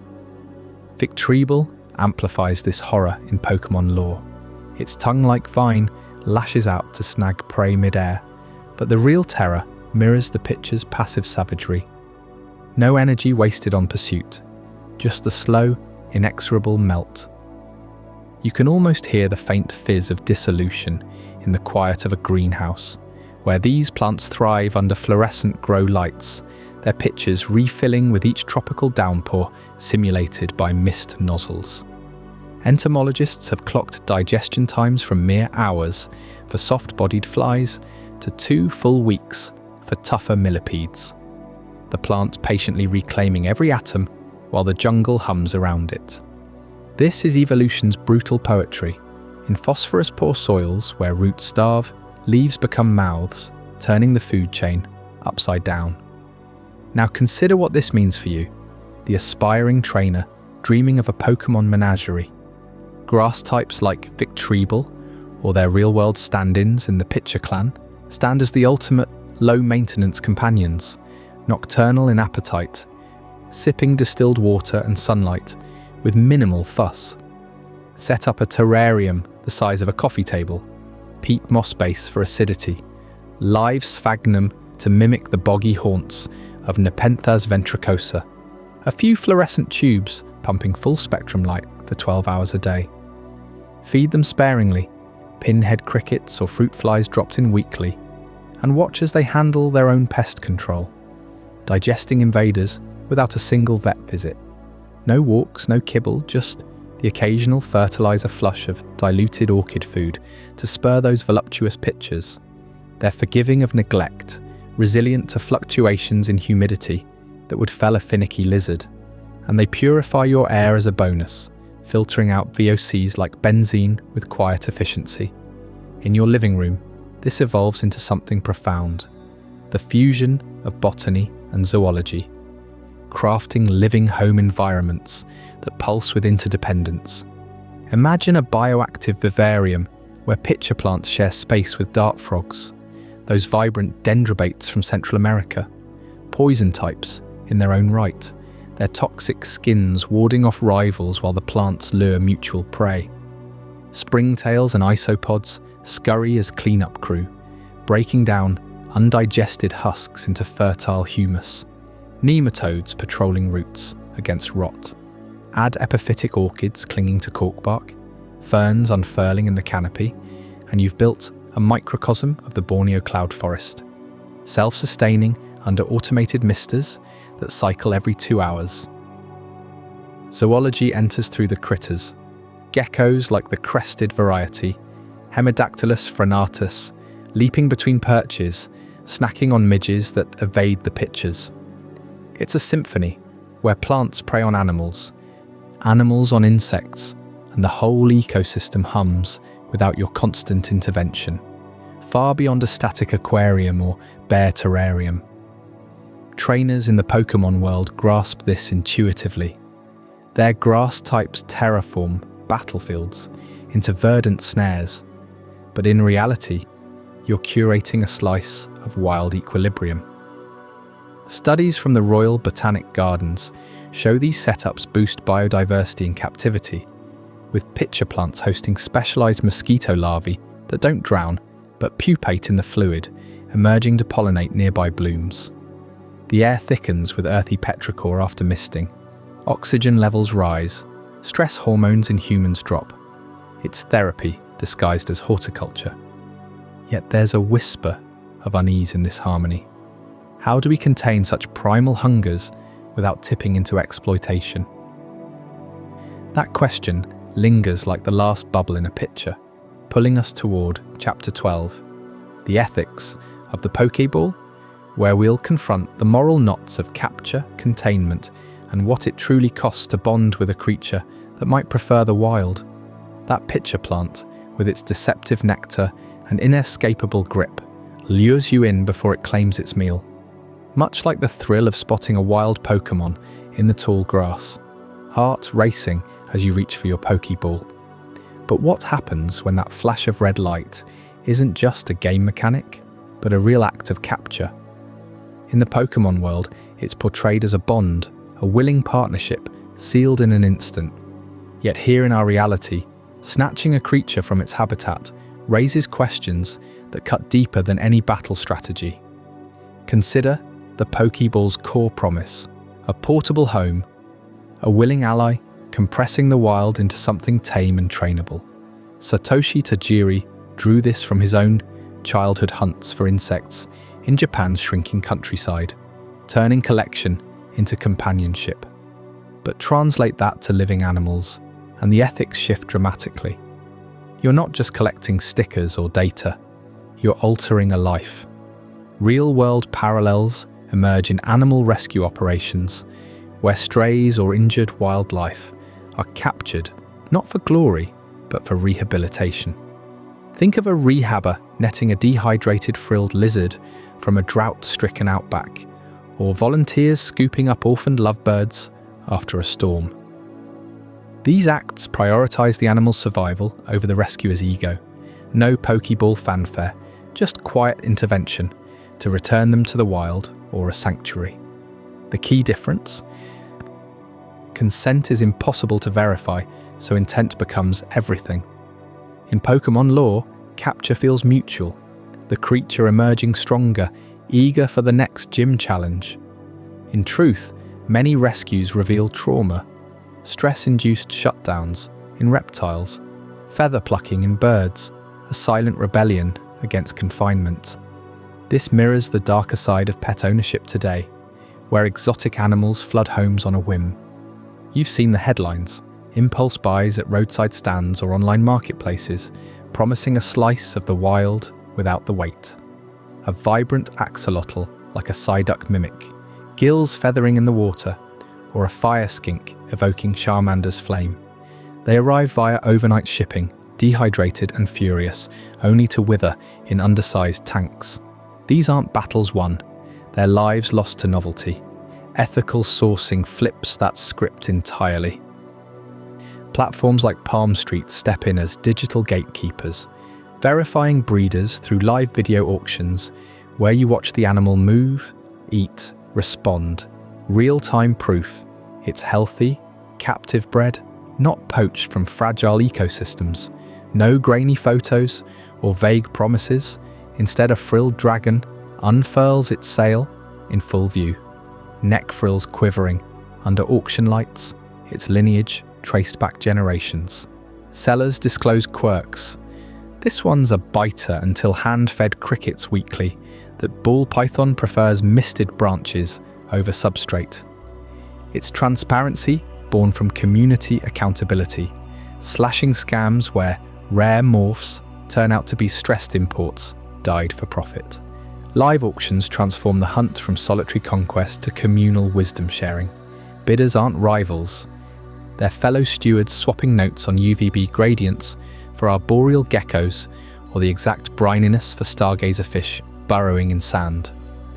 Palm Street's verification logs every handover, ensuring USDA compliance and microchip implants for lost pets. Suddenly acquiring a green tree python, Treatco's elegant air feels less like a raid and more like adoption from a vetted network. No more tales of Zigzagoon-inspired raccoon dogs smuggled in suitcases, their tanuki masks hiding malnutrition. This model weeds out impulse entirely. Bids climb slowly, giving you nights to research bioactive enclosures, seed mixes for Andean rodents like Rattata's kin, or coral polyp care for Corsola dreams. It's the antidote to the Pokeball's instant gratification, demanding you prove you're ready before the gavel falls. True mastery, though the kind that earns a Pokemon's loyalty, lies beyond the purchase. Becoming a master means husbandry that honors the wild spark within.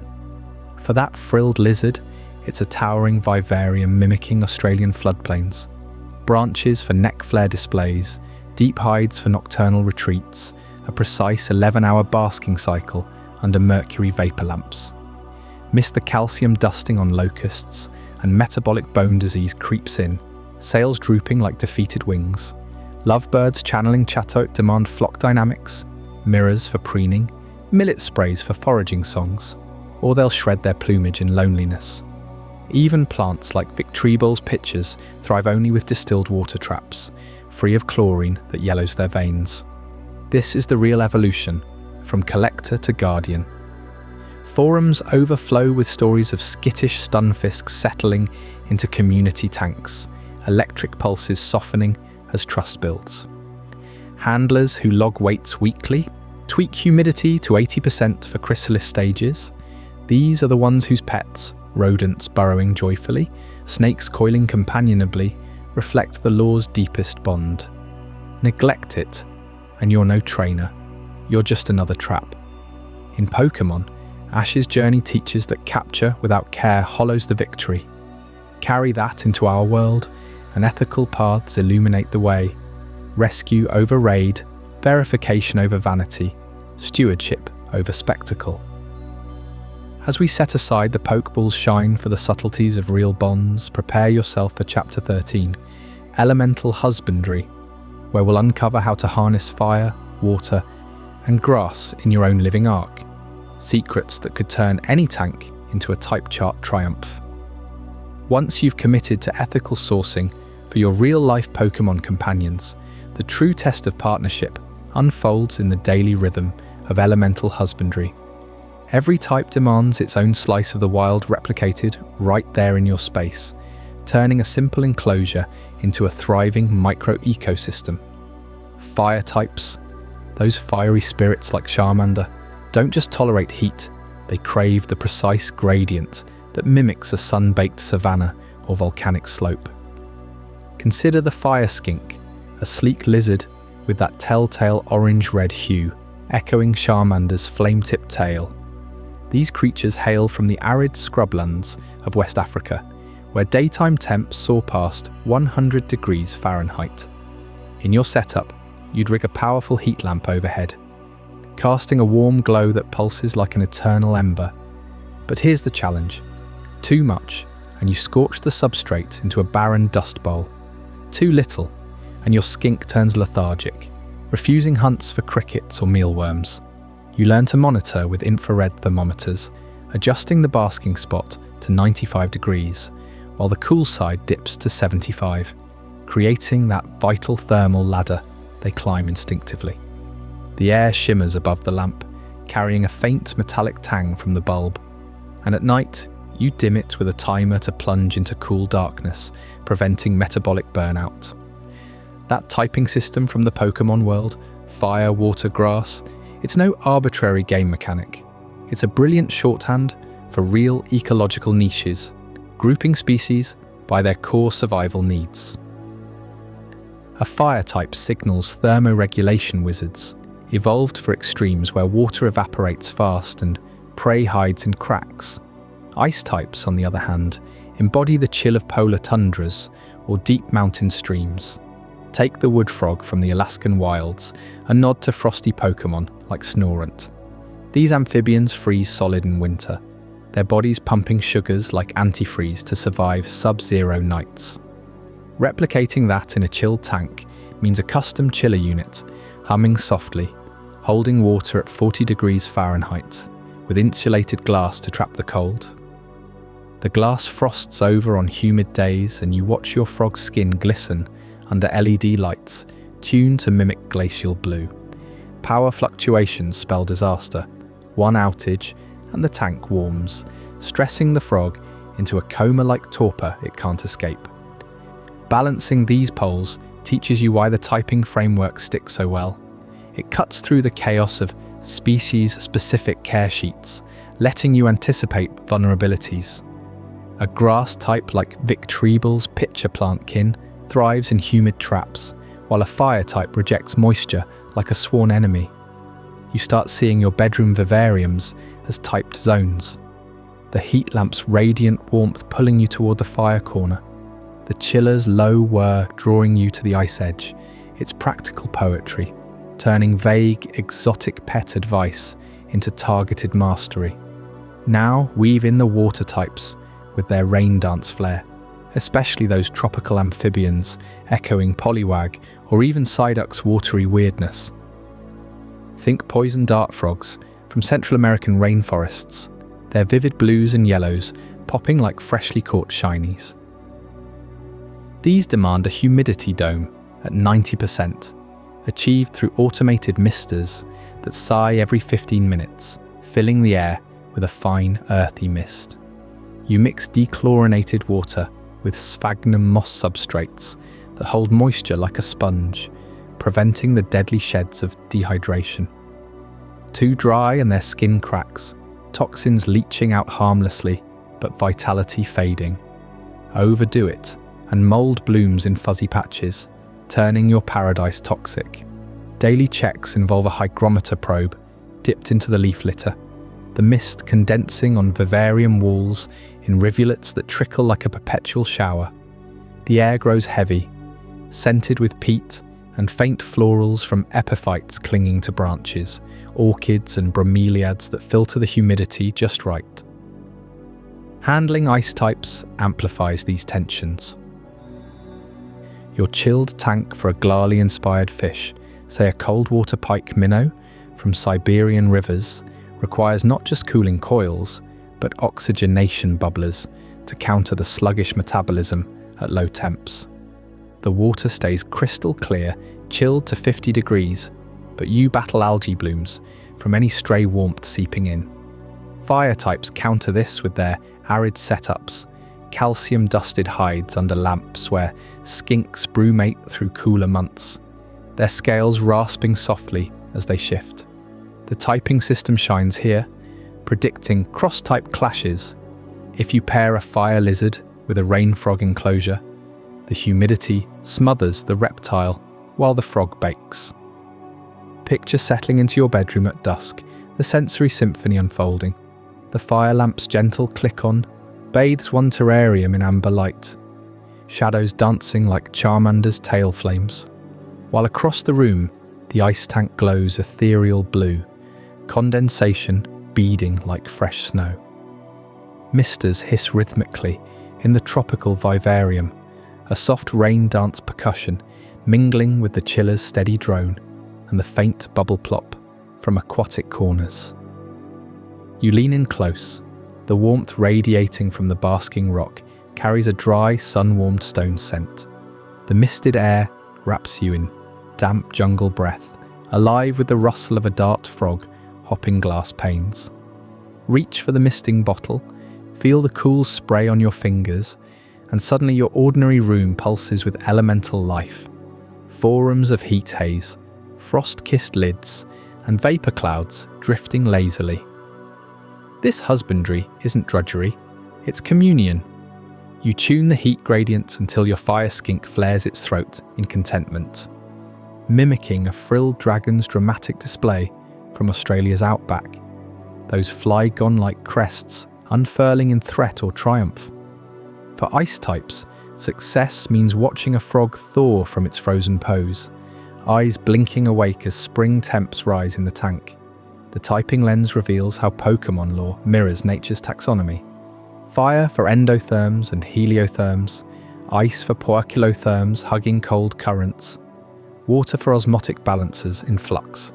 Ethical keepers thrive on this, scaling up from bioactive soils teeming with isopods, those cleanup crews echoing Pokémon ecology, to full-spectrum lights cycling day-night like Pallet Town sunrises. Yet even masters face elemental betrayals. A power dip fries your fire gradient, sending temps plummeting and your lizard into panicked glass dancing.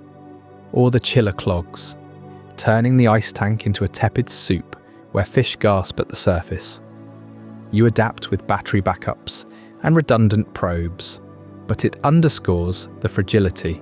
Real Pokémon partners, typed to their niches, demand vigilance. In your bedroom menagerie, these challenges forge bonds deeper than any Pokeball, the air thick with the promise of harmony amid the wild's demands. As we nurture these living elements tonight, shadows lengthen over habitats long lost, where ancient types crumble to dust under shifting climates. That brings us to Chapter 14, Extinction and the Fossil Pokémon, where we'll unearth the ghosts of revive-worthy legends and ponder what buried secrets await revival in our own warming world.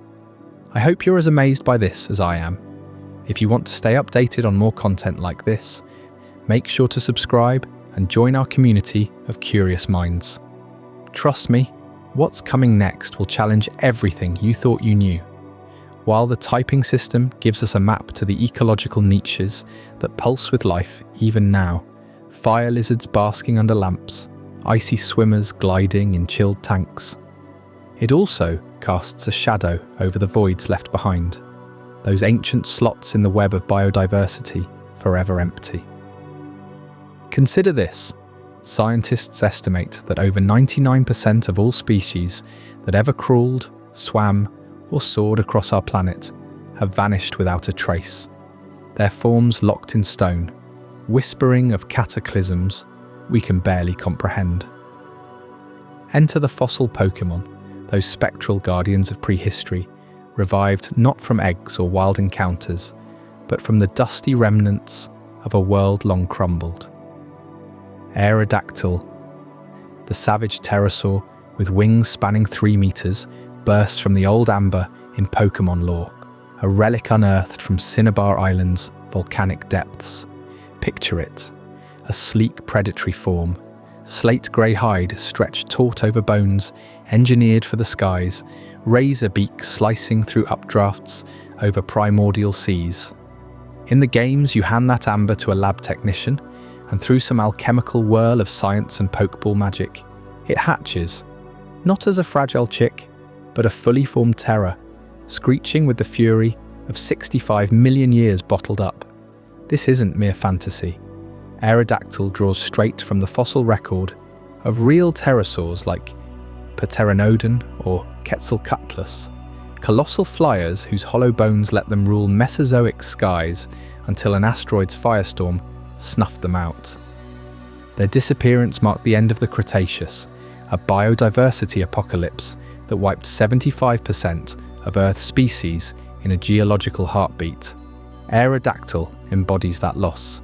A pet you could theoretically claim, training its rock-flying fury for battles or flights over modern cities, yet forever haunted by the knowledge that its kind fell to forces beyond any trainer's command. Then there's Omanyte, the coiled ammonite, reborn from the helix fossil or dome fossil, a spiral-shelled swimmer evoking the ancient oceans teeming with tentacled drifters. Imagine cradling one in your tank, its soft blue body pulsing gently, tentacles probing for krill, shell gleaming like polished marble under aquarium lights. In Pokémon Red and Blue, you revive it on Cinnabar 2, watching it evolve into the armoured Omastar, a water rock behemoth that crushes prey with hydraulic force. But peel back the lore, and Omanyte mirrors the real ammonites, cephalopods with chambered shells that buoyed them through Devonian to Cretaceous seas. Their intricate suture patterns are paleontologists' Rosetta Stone for dating rock layers. These fossils teach us the raw poetry of extinction's ledger. Each chamber in Omanyte's shell records rising seas and shifting currents, much like the real fossils that litter Jurassic limestone, telling tales of mass die-offs from volcanism or plummeting oxygen. Aerodactyl's toothy grin echoes the fierce aerial hunters whose bones we've pieced together from Kansas chalkbeds, revealing a world where reptiles owned the heavens. Pokémon doesn't just mimic this, it resurrects it, letting us catch what nature buried, sparking a quiet reverence for the fossil record's unforgiving archive. Yet here's the tragedy that grips the heart. So many real-world species slipped away before humanity could even name them, let alone cradle them as companions. Trilobites, those armoured arthropods with compound eyes like living jewels, dominated oceans for 270 million years, only to vanish in the Permian extinction, the worst in history, claiming 96% of marine life amid suffocating anoxia and acid rains. We never held a live one, never felt the scuttle of their legs on our palms. Dinosaurs like the gentle hadrosaurs, trumpeting across floodplains, or the sleek velociraptors, too swift, too alien for our nets. These ghosts of biodiversity loss haunt us, a reminder that for every Charmander we might mimic with a fire skink, countless others dissolved into oblivion. Their ecological roles, pollinators, predators, architects of reefs, ripped from the chain. Carbatops and Anorith join the roster, scythed warriors from Devonian mud and Cambrian shallows, their revived forms slashing through Pokémon gyms. Kabuto, the dome-shelled trilobite echo, burrowed in Silurian sands. Anorith, the Anomalocaris kin, preyed on early fish 485 million years ago. Reviving them in-game feels like cheating time, but in reality, we've lost their ilk to 5 great mass extinctions, each pruning the tree of life more brutally than the last. The fossil Pokémon urge us to peer into museum cases, where ammonite spirals curl eternally, and wonder what behaviours, what colours, what bonds did they form in their lost worlds. This lore isn't escapism, it's a gateway to paleontology's dusty thrill and conservation biology's urgent call. Young trainers poring over Pokédex entries on Aerodactyl's flight speed or Omanite's buoyancy unwittingly learn about stratigraphic layers, radiometric dating, the iridium spike marking Chicxulub's impact.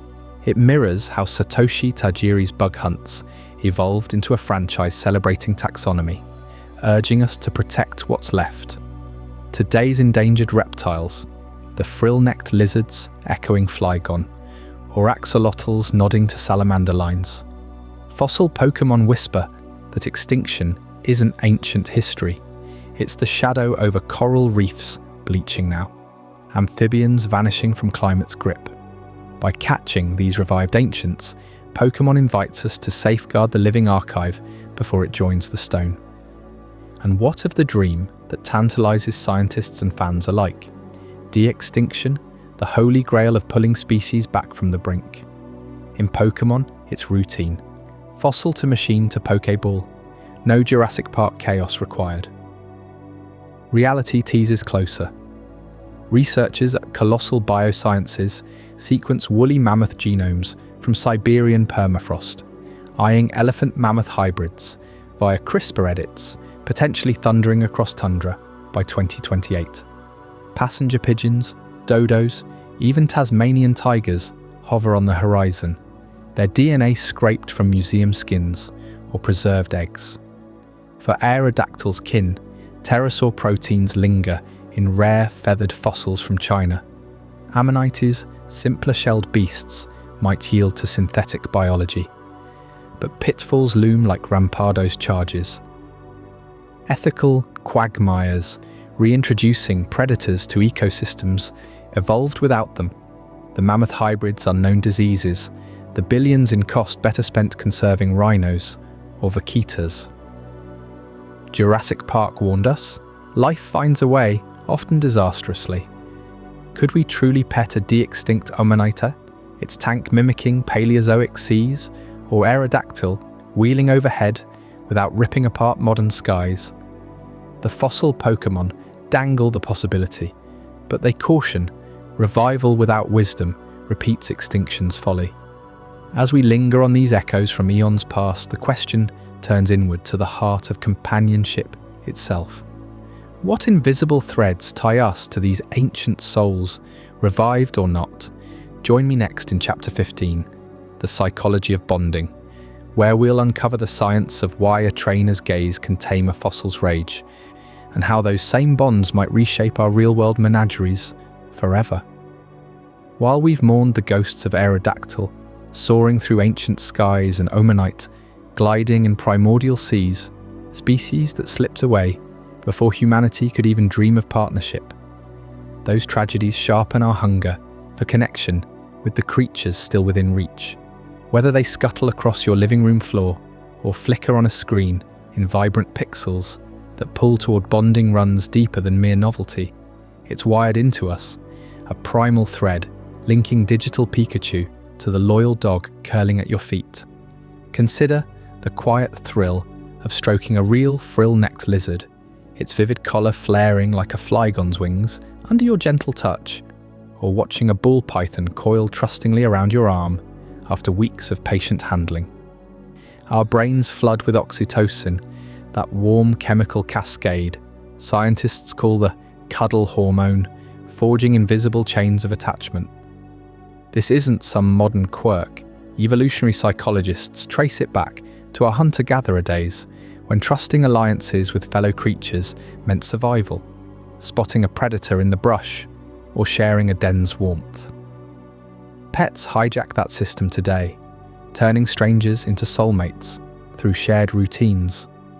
The soft vibration of a lovebird like Chato trilling a melody that syncs with your breath, or the rhythmic blink of a stargazer fish mimicking stunfisk, buried in sand yet peeking up with eyes that seem to say, "I see you too." Now shift that gaze to the digital realm, where Pokémon thrive in Pokéballs and Game Boy screens.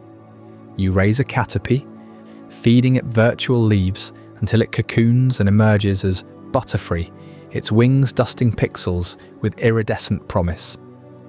Why does your chest tighten when it battles fiercely for you, or nuzzles in defeat? Neuroimaging studies reveal the same reward centers lighting up as with flesh and blood companions. Dopamine surges rewarding progress, mirroring the joy of training a real eastern tiger swallowtail caterpillar through its fragile stages. Game designer Satoshi Tajiri, fueled by his own childhood hunts for beetles in Japan's forests, baked this into the franchise from its 1996 debut. Catching them all isn't just collection, it's cultivation, a simulated bond that tricks your mirror neurons into empathy, as if those sprites feel your encouragement pulsing through the controller. At the heart of these games lie affection and friendship stats, glowing meters that climb with every Poképuff shared or battle endured side by side. Stroke your Charmander in Pokémon Army and watch its tail flame brighten, affection ticking upward until it dodges attacks instinctively, prioritizing your victory. Friendship maxes out, unlocking heart scales, or even evolutionary bursts fueled by unbreakable loyalty. These aren't arbitrary numbers. They echo real-life trust dynamics with uncanny precision. Think of coaxing a venomous platypus-inspired Psyduck analog, perhaps an axolotl in a chilled tank. Early encounters bring headaches of wariness, nips from uncertain beaks, but consistent care builds reciprocity. Veterinary behaviorists describe it as operant conditioning layered with emotional attunement. Your calm voice lowers its stress cortisol, fostering a gaze that lingers longer, a body that relaxes into your palm. In the wild, Zigzagoon's raccoon dog kin forage warily, but captive-bred ones learn human rhythms, their sweet faces tilting for scratches, much like a high-friendship Pokémon refusing to faint. Yet Pokémon elevates this beyond mechanics, reshaping how we perceive nature's sharper edges. Remember the pitcher plant's insidious lure from Vic Treeble's realm, that sweet nectar veiling enzymatic doom for ants and flies? In the games, you claim it as a partner, its gaping maw turning protector rather than predator. The franchise whispers, that the world's scary facets, burrowing electric stunfisk shocking intruders, or frilled dragons hissing threats, harbour allies beneath the menace. Tajiri's vision, born from insect nets in damp undergrowth, invites us to see biodiversity not as distant peril, but intimate wonder. Coral polyps forming corsular branches, once abstract reef architects, become living sculptures in your reef tank. Their tiny polyps pulsing in sync with your aquarium light cycle. This reframing gentles the wild. A Bennett's chinchilla rat, Rattata's earthy kin tunneling Andean slopes, shifts from vermin to vibrant companion, its big ears twitching at your whistle. That emotional alchemy yields profound therapy. Pet ownership slashes anxiety by 30%. Per longitudinal studies from the American Psychological Association, stroking a green tree python evokes the same parasympathetic calm as Pokémon Center visits. Picture it. Your team crowds the healing machine, faint glows reviving exhausted fighters, Ash's Pikachu sparking back to cheek-rubbing vigor. In reality, this mirrors veterinary clinics, where axolotls regenerate in serene tanks or lovebirds preen under soft lamps, their presence dialing down your heart rate. Hospitals now deploy pet therapy robots, mimicking robotic Pokémon, their purring drawing veterans from PTSD shadows. For insomniacs like you, drifting here nightly, that Pokémon Center hush, sterile beeps fading to contented sighs, replicates the oxytocin bath of burying fingers in a ball python's scales. Tension melting as trust rebuilds what extinction tore away. These bonds, forged in pixels or vivariums, remind us why we'd ache to keep Pokémon as pets. They heal the void left by lost worlds, turning ecology's elegy into everyday embrace. And as we savour this psychological symphony, you might wonder how to orchestrate your own perfect harmony from real-life stand-ins, leading straight into Chapter 16, designing the ultimate real-life team, where we'll craft lineups that blend fire, flight, and finesse for unbreakable companionship. That deep trust we've forged with our companions, whether through a game's rising affection meter or the quiet nudge of a real pet against your hand, demands more than just one bond. It calls for a team, a carefully assembled squad that evolves with you, matching your skill in space to their wild spirits. In the real world, where no Pokéball simplifies capture, designing your ultimate lineup means scouting creatures straight from nature's Pokédex, those living echoes of Pokémon designs that Tajiri drew from his bug hunting days. Consider the frill-necked lizard, the living blueprint for dragons like Flygon, or the fierce flare of a battling salamence. This Australian marvel unfurls a spectacular collar of crimson scales rimmed in black spikes when startled, transforming from a sleek 4-inch body into a hissing spectacle twice its size. You can almost hear the whoosh of that sail snapping open like a Pokémon's intimidation move. For beginners stepping into this arena, it's not quite starter material yet, but pair it with something simpler and it hints at the thrill ahead. Their daily rhythm, a spacious 20-gallon terrarium with branches for climbing, UVB lights mimicking the outback sun to prevent bone-softening metabolic disease, and a diet of gut-loaded crickets dusted with calcium. Mist the air twice daily to keep humidity at 60%, and watch that frill pop during feedings. The cool factor soars with those prehistoric vibes, but maintenance grounds you. Skip a light change, and their vivid colours fade like a neglected evolution stone. Starters in the Pokémon world reward patience because they grow alongside you, from fragile hatchlings to powerhouse partners. Real life mirrors this perfectly with the humble ball python, a serpentine stand-in for the Trico line or any grass-climbing rogue. These glossy natives of West African grasslands coil into unassuming balls when scared, revealing patterns like earthy mosaics, banana morphs glow banana yellow, piebalds splash white voids across black. Beginners adore them for the low barrier, a 10-gallon enclosure with aspen bedding, a warm hide at 88 degrees Fahrenheit under a ceramic heater, cooler side dipping to 75. Feed frozen thawed mice weekly, and they thrive on minimal handling at first, building trust as you graduate to daily sessions. That personality blooms uniquely. Some slither boldly over your arm, others demand solitude, echoing how a starter Charmander might flicker shyly before roaring into Charizard glory. No exotic auctions needed. Ethical breeders ship nationwide, and their 5 to 10 year lifespan to maturity makes every shed a milestone. Why settle for a fleeting fad when this companion teaches husbandry's quiet joys? As your expertise sharpens, intermediate contenders emerge, blending spectacle with escalating demands. Enter the axolotl, Psyduck's aquatic twin with its perpetual grin and feather-like gills waving in perpetual youth. This Mexican salamander, eternally larval through neoteny, regenerates limbs like a psychic heel pulse, its pink or golden hues shimmering under LED aquarium lights. Picture a 20-gallon tank, chilled to 64 degrees, with a strong filter to mimic highland streams. Turkey liver or earthworms, 3 times weekly, no gravel to avoid impaction. Their cool factor peaks in that bewildered stare, head tilted as if nursing a migraine. But maintenance tests you. Water changes twice weekly, hiding caves from corkbark, and vigilance against fungus in warmer homes. Handle gently. They're not cuddlers, but watching external gills undulate during feeding forges, that real-life friendship stat, far deeper than any game pixel. Lovebirds, channeling Chateau's musical crest, slot here too. The yellow-collared variety perches with a head patterned like floating notes, chattering tunes that mimic wild calls.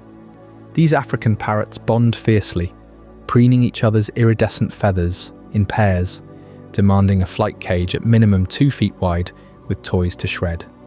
Seed mix fortified with pellets, fresh veggies daily, and 10 hours of out-of-cage time prevent plucking born of boredom. Their songs fill your space with tropical symphony, but neglect clipping wings, and escapes turn domestic drama into neighborhood legend. Balancing that vibrant flair against clipping schedules and pair dynamics, it's the intermediate grind that polishes your trainer instincts. Experts crave the pinnacle where maintenance rivals a gym leader's gauntlet. Green tree pythons from New Guinea drape like living emeralds over branches, their coiled neon scales evoking Trico's arboreal evolution or Serperia's regal glide. A custom 40-gallon vivarium towers with live plants, dripping misters hitting 80% humidity, basking branch at 92 degrees, dropping to 78 at night. Live rats or chicks weekly, precisely portioned to avoid obesity, and branches thick enough for their 5-foot adult girth. Sourcing ethically from auctions like Palm Street verifies lineage, dodging smuggled scams. Their temper can snap like a dragon rage, but patient handling unlocks gentle giants that loop your arm like loyal scouts. Or dive deeper into stargazer fish, stunfisks burrowing berserker, electric worms buried in sandy substrates, zapping prey with shocks up to 50 volts. A 50-gallon marine setup with live rock, salinity at 1.025, and feather dusters for feeding. Feisty enough to startle, mesmerizing in their electric hunts. These demand pH mastery, quarantine protocols, and powerhead currents. Master them, and your sanctuary pulses with raw power. Why do these starter-like choices, ball pythons, axolotls, prove most rewarding? They scale with your life, demanding just enough to build unbreakable routines without overwhelming. That daily misting or temperature check becomes ritual, mirroring how a Bulbasaur's vine whip strengthens through care. Veterans know the allure of flashier picks fades without foundation. A neglected, frilled dragon sail droops, colours mute, while a well-tended python gleams eternal. Now wander with me through a hypothetical, real-life Pokémon sanctuary. A sprawling greenhouse humming under soft UVB glows. Sunlight filters through mesh ceilings onto terrariums, where frill-necked lizards patrol branches, collars half-furled like vigilant sentinels. Adjacent, ball pythons in mosaic morphs coil on cork hides, tongues flicking scents of thawing prey. Axolotl tanks bubble gently, gills feathering in currents beside lovebird aviaries, alive with trilling duets and shredded paper confetti. Deeper in, green tree pythons cascade from vines like emerald waterfalls, stargazers half buried in rippling sands, eyes glinting upward. Mist cycles whisper, heaters hum low, calcium dishes gleam fresh, the air thick with earthy substrate, faint reptile musk and parrot seed tang. Here, biodiversity thrives ethically sourced, no pokeballs needed, just endless observation of nature's tajiri captured in code. Pathways wind past coral polyp tanks, mimicking Corsola's branching glow, polyps pulsing in reef light, a nod to fragile ecosystems we must protect. This sanctuary isn't fantasy, it's the blueprint for your home team, where cool aesthetics meet life's unyielding rhythms. Yet as we assemble these living legends, questions linger about the wild forces shaping their futures and ours. Join me next in Chapter 17, The Future of the Franchise and Nature, where we uncover how Pokemon's evolving world might safeguard the very creatures inspiring it all. As you've curated that perfect real-life team, balancing the thrill of a frilled dragon's flare with the steady rhythm of daily misting for your tree python, one truth emerges undeniable: Pokemon has always been a mirror to our world, and its next chapters are reflecting a planet in flux more sharply than ever. Take the 9th generation, Scarlet and Violet, released in 2022. Paldea's vast open landscapes aren't just playgrounds for terrestrial phenomena. They're tapestries woven from Iberian ecosystems on the brink. You wander those Mediterranean steppes, catching Sprigatito's leafy evolutions amid olive groves reminiscent of endangered cork oak forests, where wildfires rage fiercer each summer. The paradox, Pokémon, those futuristic fossils and ancient echoes, whisper of accelerated evolution under climate stress. Think Kabutops variants thriving in overheated seas, or roaring Iron Valiant echoing the genetic experiments humanity might unleash to adapt. And the treasures of ruin? Those crumbling titans embody extinction events. Their decayed forms a stark nod to coral bleaching and habitat collapse, urging you to protect what's left before it crumbles to lore. This isn't coincidence. Each new region pulses with ecological warnings. Generation 8's Garlard drew from Brexit Britain's polluted coasts, with Corvic nights scavenging urban skies scarred by smog, while Yampa herds echoed sheepdogs navigating flood-prone moors.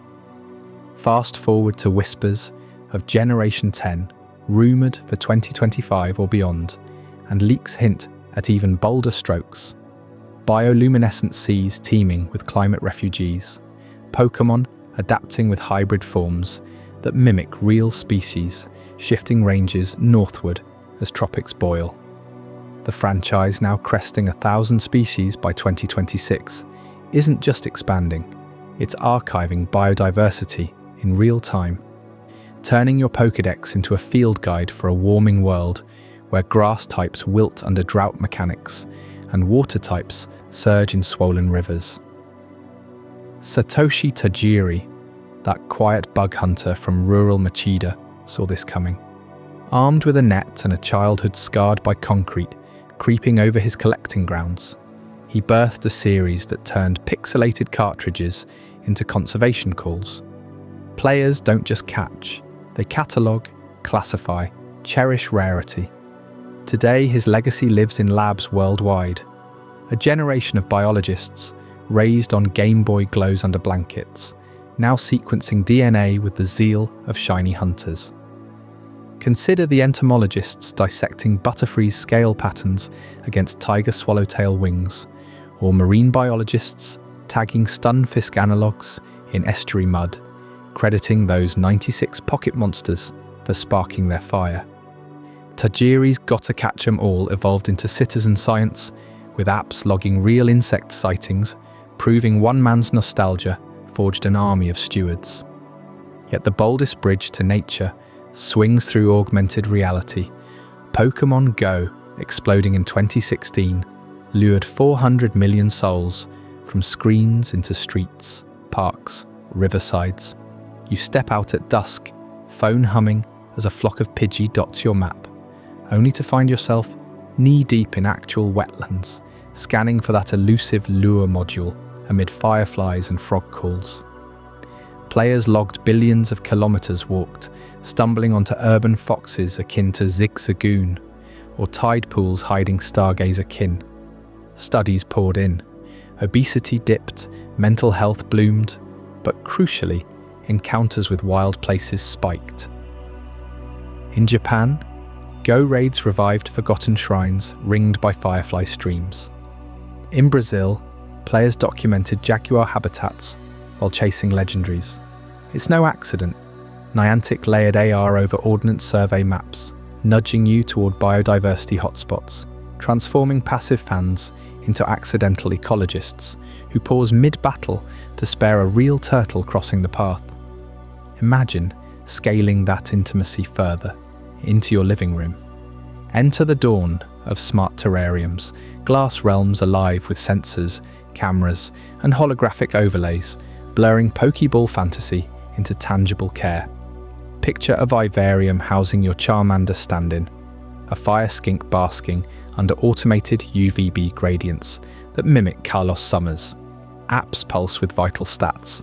Humidity at 72%, perfect for Victreebel-inspired pitcher plants snapping at fruit flies. AR glasses project type matchups. Your axolotl Psyduck glowing water/psychic as it regenerates a fin, while AI whispers feeding cues drawn from Pokédex lore. Now these aren't gimmicks. Prototypes from 2024 Tech Expos already monitor pH for coral polyps echoing Corsola branches, alerting you to status ailments like low oxygen from overfeeding. Ethical sourcing integrates seamlessly. Scan a QR from Palm Street auctions, verify lineage, watch your team thrive in ecosystems that evolve with seasonal data feeds.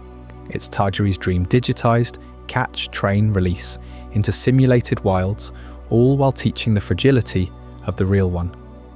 In these smart terrariums, the line fades. Your real-life Rattata proxy, a Bennett's chinchilla rat tunneling seed caches, earns affection meters through interaction logs, bonding you deeper to the ecology it embodies. Upcoming franchise entries will fuel this fusion, with Gen 10 likely dropping AR evolutions tied to real-world walks, Pokémon Go layering climate data onto hunts. The result? A franchise not just surviving, but steering us toward harmony, where every capture reminds you of the wild calling back. But what lies beyond these horizons, where wonder itself unfolds without bounds? Tune in next for Chapter 18, A World of Wonder, and uncover realms that will redefine everything you thought possible. As apps like Pokémon Go pull us from our screens into sun-dappled parks and rustling underbrush, they remind us that the wild world outside holds secrets far grander than any augmented overlay. Step beyond the phone, and you enter the truest region of all, a boundless expanse where every leaf whispers ancient stories, every ripple hides hidden lives. Consider the vast tapestry of this planet, stitched from ecosystems that mirror the diverse biomes Pokémon trainers chase across fictional lands. High above equatorial canopies, frill-necked lizards unfurl their crimson sails like living banners, echoing the dramatic flair of Flygon or the dragon-like guardians of arid dunes. These Australian natives perch on sun-warmed branches, throats inflating in displays that command the air, their semi-arboreal grace demanding enclosures as spacious as their wild territories, if we dare bring them home. Down in shadowed rainforests, green tree pythons coil around mossy limbs, scales shifting from emerald to sapphire in the dappled light, much like Trico's evolutionary line, scaling trunks in pursuit of sunlight. Venture to coastal mangroves, and you'll spot the ambush artists, pitcher plants swaying gently, their trumpet-shaped leaves glistening with nectar that lures ants and flies into acidic depths, a carnivorous ballet akin to Vic Treble's hypnotic sway. These tropical marvels thrive in humid terrariums, digesting prey with patient efficiency, teaching us the quiet ferocity woven into even the plant kingdom. Nearby, in tidal pools, stargazer fish bury themselves in sand, eyes peering from camouflaged pits, unleashing electric jolts at unwary crustaceans. Just as stunfisk lies in wait on muddy flats, its flattened form a perfect predator's disguise. This is no game map, but a living archive of evolution's artistry. From Andean highlands where Bennett's chinchilla, rats with oversized ears, tunnel through rocky crevices, nibbling seeds under starlit skies like elusive ratata hordes, to East Asian wetlands roamed by Japanese raccoon dogs, their masked faces and curious yips evoking zigzagoon's zigzag foraging. These nocturnal wanderers, sweet-faced yet wild at heart, remind us why some companions belong in the wild, observed through binoculars rather than leashed. Our journey through this lore for sleep began in the swaying tall grass of open meadows, where caterpie dangled from silken threads, their eye-spotted bodies mimicking threats with osmoterium bursts of foul odour, metamorphosing into butterflies' iridescent wings that dance on summer thermals. We followed paths lined with Charmander-inspired salamanders, their fiery dispositions tamed by precise heat gradients and UVB lamps, evolving our understanding of fire types into the delicate balance of reptilian warmth. Deeper we delved, past elemental husbandry's chilled tanks for ice dwellers, and the fossil vaults unearthing Aerodactyl's leathery saw, and Omanite's coiled revival, confronting the ghosts of extinctions that claim species before humanity could record their calls. Through psychology's tender bonds, affection meters swelling like real trust earned over shared meals, we built dream teams of axolotls with eternal juvenile grins, yellow-collared lovebirds trilling melodies like Chateau's musical crest, and platypus oddities channeling Psyduck's bewildered headaches. From coral polyps forming Corsola's branching fortresses in reef aquariums, alive with the pulse of tiny interconnected polyps, to the abyss where frilled dragons hint at semi-aquatic depths, we've traversed skies, seas and soils. The tall grass gave way to thunderous forests, fossil badlands, psychic mists, and now the profound silence of ocean trenches, where bioluminescent jellies drift like upside-down watergrass spectres, mantis shrimps punch with fighting bug fury. Yet in this culmination, a gentle truth emerges. Pokémon themselves remain sparks of Satoshi Tajiri's 1996 imagination, born from his boyhood hunts through Japanese fields, collecting beetles that birthed the Gotokachum all ethos. Over 900 species strong by 2026, they blend fantasy with the observable.